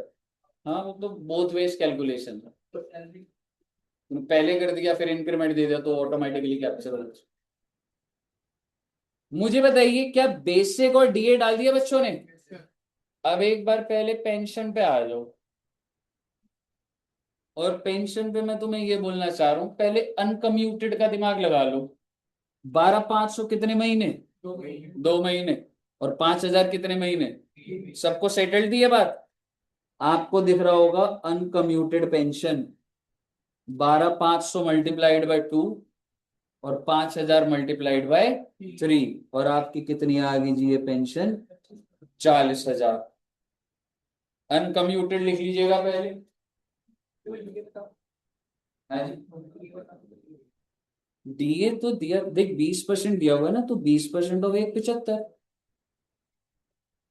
क्वेश्चन ने दिया तो है डीए क्या है? 20% ऑफ सैलरी। क्या आप टैक्सेबल पेंशन निकाल पा रहे हो? वो कम्यूट वाली निकाल पाओगे?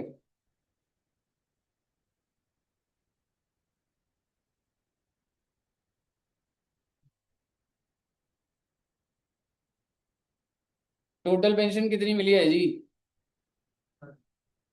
टोटल पेंशन ना 40 हो गई, वो हो गई ना, मंथली वाली हो गई कहानी। अब मैं कम्यूटेड की बात कर रहा हूँ। 7.5 लाख। 8%। रिसीव्ड कितना आ गया? 7.5 लाख। एग्जेम्प्ट कितना होगा आप बताइए? 1/3 या 1/2? 1/3 by, because we have received gratuity also, question ने बोला हुआ है। तो आप मुझे बताओ 7.5 लाख तो 60% पे आ रहा है, तो 100% करूंगा उसका 1/3 कर दूंगा। तो आप मुझे बताइए। वैसे 12.5 लाख।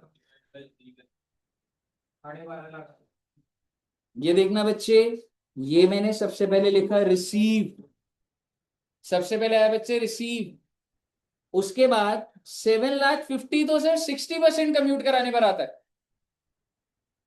तो 100 पर कितना आता? 12,50,000। और उसको ग्रेचुटी मिली है तो उसका 1/3 हो जाएगा, दैट इज 4,16,667। और बाहर आपका आउटर कॉलम में टैक्सेबल कितना आ जाएगा? 3,33,300।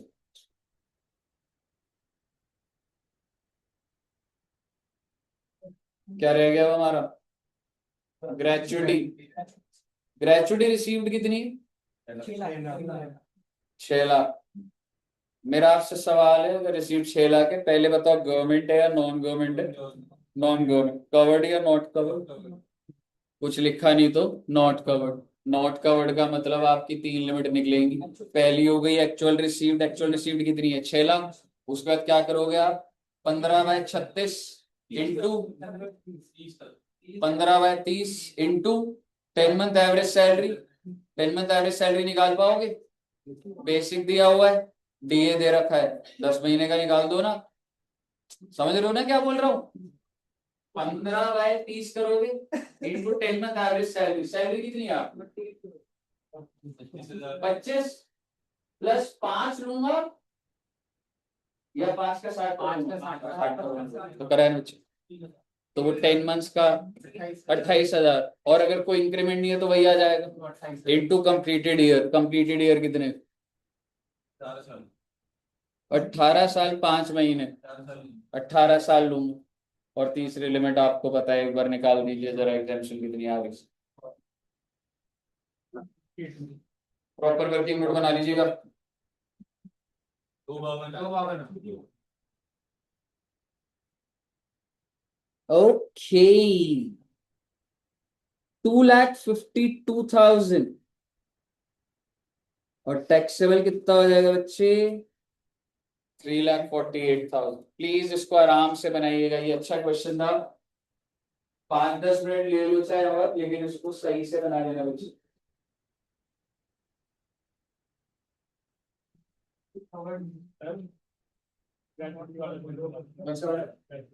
देखो ग्रेचुटी में ये गवर्नमेंट है या नॉन गवर्नमेंट है?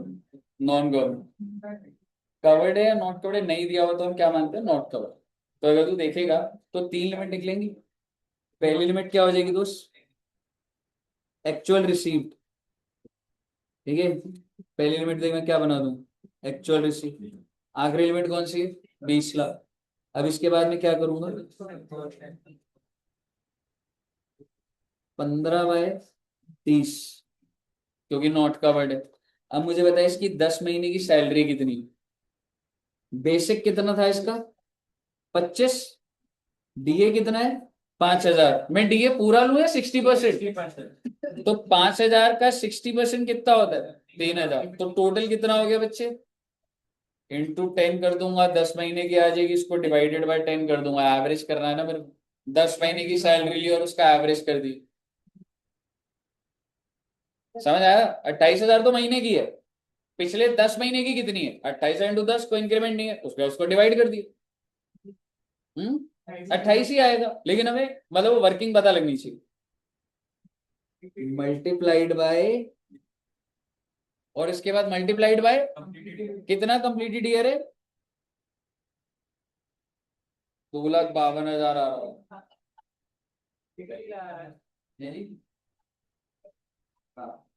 क्वेश्चन में दिया हो टोटल क्या है? 9,31,333 कम्यूटेड पेंशन। देख, देखो कम्यूटेड पेंशन में दो चीजें, देखो रिसीव कितनी हुई, 7.5 लाख,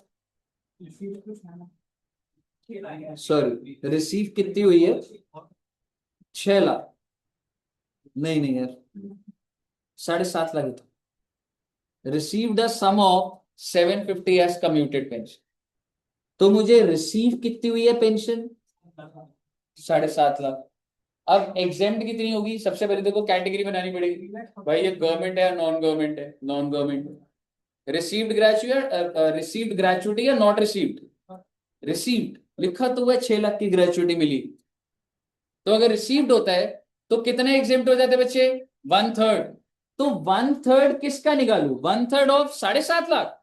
नहीं, 1/3 निकलता है कि 7.5 लाख तो 60% पे आया है, 100% पे कितना? यही करते थे ना हम लोग कि 60% कम्यूट करने पे 7.5 लाख, तो 100% कम्यूट करने पे डिवाइडेड बाय 16/100, 12,50,000, इसका 1/3 एग्जाम्प्ट होगा, 4,16,667। कितने बच्चों का आंसर आ गया? वही बाकी बच्चे कर रहे हैं, इधर आ गया, इधर हो गया वो, पीछे इधर।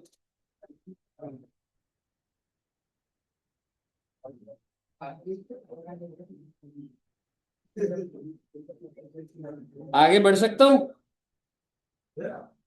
कॉन्सेप्ट नहीं, लीव सैलरी का हमने क्वेश्चन प्रैक्टिस नहीं करा बस। ये देखो बेटे, ये वाला क्वेश्चन, एक क्वेश्चन करना है बस और फिर कहानी ओवर है।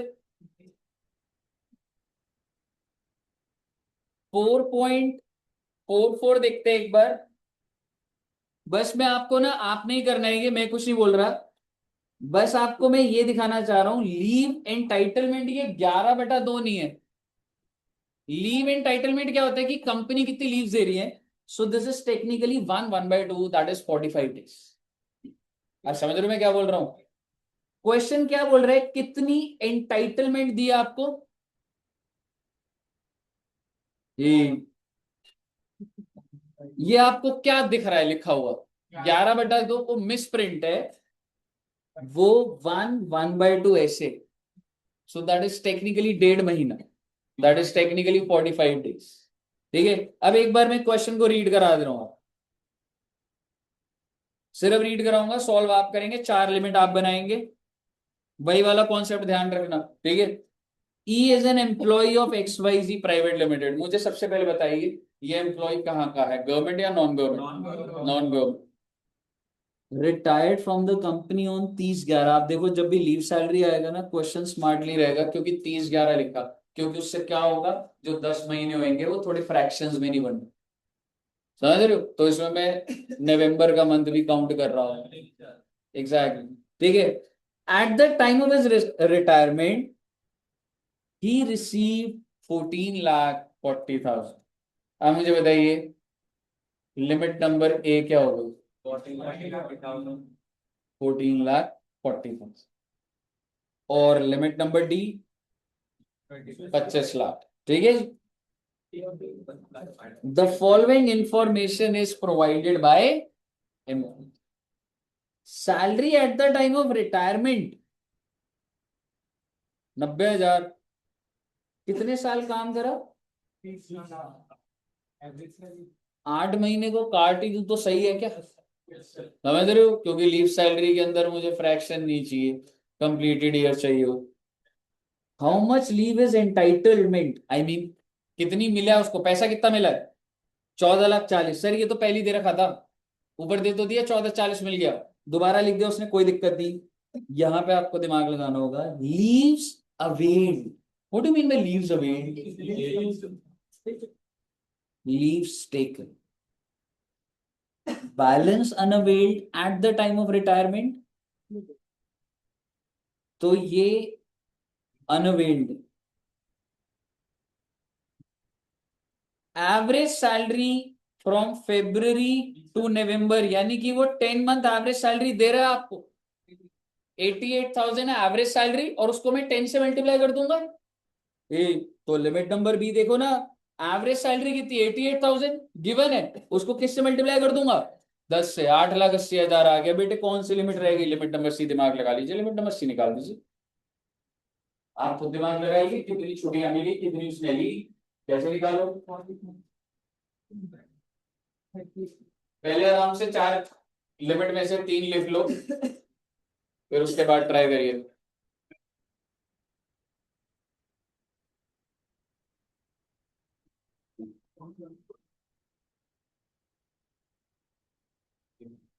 एक तो दिन आ जाएंगे ना टोटल।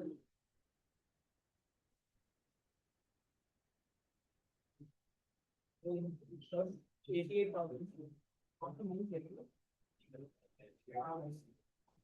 आगे ही से 5 लाख 5 लाख 180 दिन आ रहे तो जैसे निकाल लिया। 90 का assumption ले सकते हो, 30 दिन का जैसे दूसरा टाइटल 20 हाँ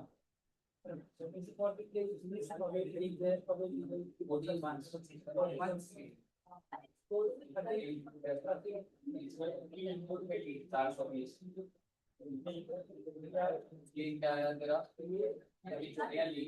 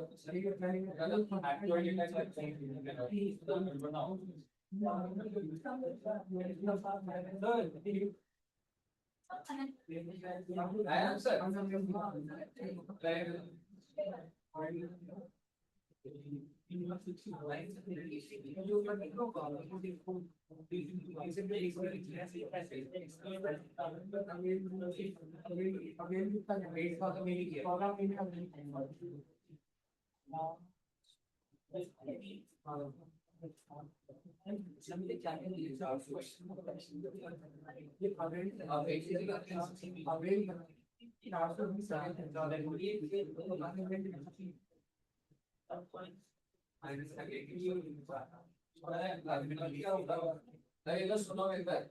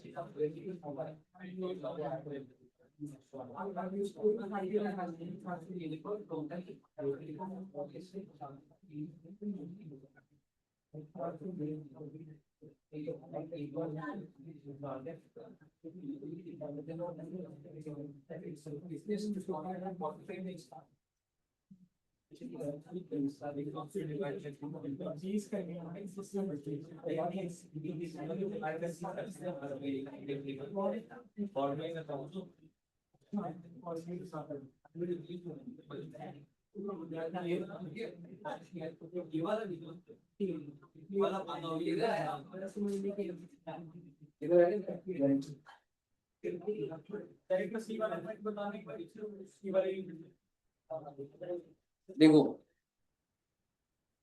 प्रॉब्लम किधर है, प्रॉब्लम, चलो मैं ना आपको सबसे पहले आप ये समझो कि आपको ना जो गिवन है ना उसका टेबल बनाना जरूर, 30 डेज आपके दिमाग में नहीं आना चाहिए। आपके दिमाग में क्या आना चाहिए कि एक होता है अवेलेबल, फिर होता है अवेल्ड, और उसके बाद क्या आ जाता है, अनअवेल्ड। अब ऐसे मत सोचो कि 30 डेज पे आपको रश करना है, ठीक है, अब मैं आपको कह रहा हूं कितने टाइम की लीव्स अवेल्ड है, उसने एक्चुअल कितनी ली है छुट्टी, 14 मंथ्स। यानी कि क्या मैं कह सकता हूं 14 into 30, he took 420 days leave। और कितनी अनअवेल्ड है बच्चे, तो मैंने उसको डेज में ले आया, 16 into 30, 400, which means how much are available, 900। पहले आप सोल्यूशन पे मत जाओ, आप एक कहानी जनरेट करो कि भाई इतनी छुट्टियां ली, इतनी अवेलेबल है, और मैं 900 को जस्टिफाई कर जाऊंगा, और क्वेश्चन ऐसा बनेगा जो वो जस्टिफाई कर सके। उसने कितने साल काम करा है, और हर साल कितना मिलता था उसे, 45 दिन। तो आप देखिए परफेक्ट कॉम्बिनेशन बन रहा है। मतलब मैंने आपको 900 दी, आपने 420 दिन की छुट्टी ली, क्वेश्चन ने बताया, और जो बच गई वो क्या हो गई आपकी, unavailable. But is it correct, क्योंकि 20 साल अगर आपने काम करा है तो 45 नहीं मिलना चाहिए था, 30 दिन होना चाहिए था, तो उससे क्या आता बेटे, 600 आता।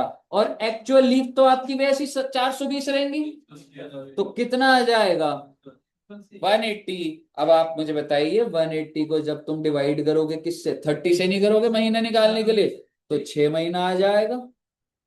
और 10 मंथ एवरेज सैलरी कितनी, 80। समझ आ गया, ये टेबल सारे बच्चे लिख लें, ये लिखोगे नहीं तो आप भूल जाओगे।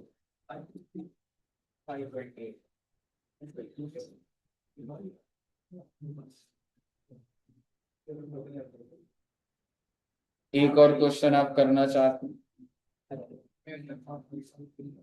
बेटे, ये क्वेश्चन आपको बुला रहा है,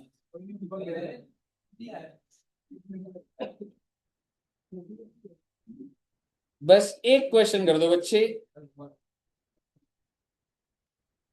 वैसे इसमें कुछ ऐसा है नहीं। 4.45 होमवर्क ले लो, 4-5, और बस इसी के साथ आपका लीव सैलरी भी सारा का सारा कंप्लीट है, एंड पेंशन।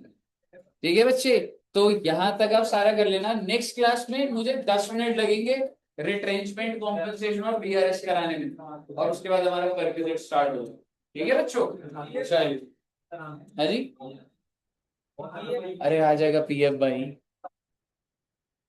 ठीक है।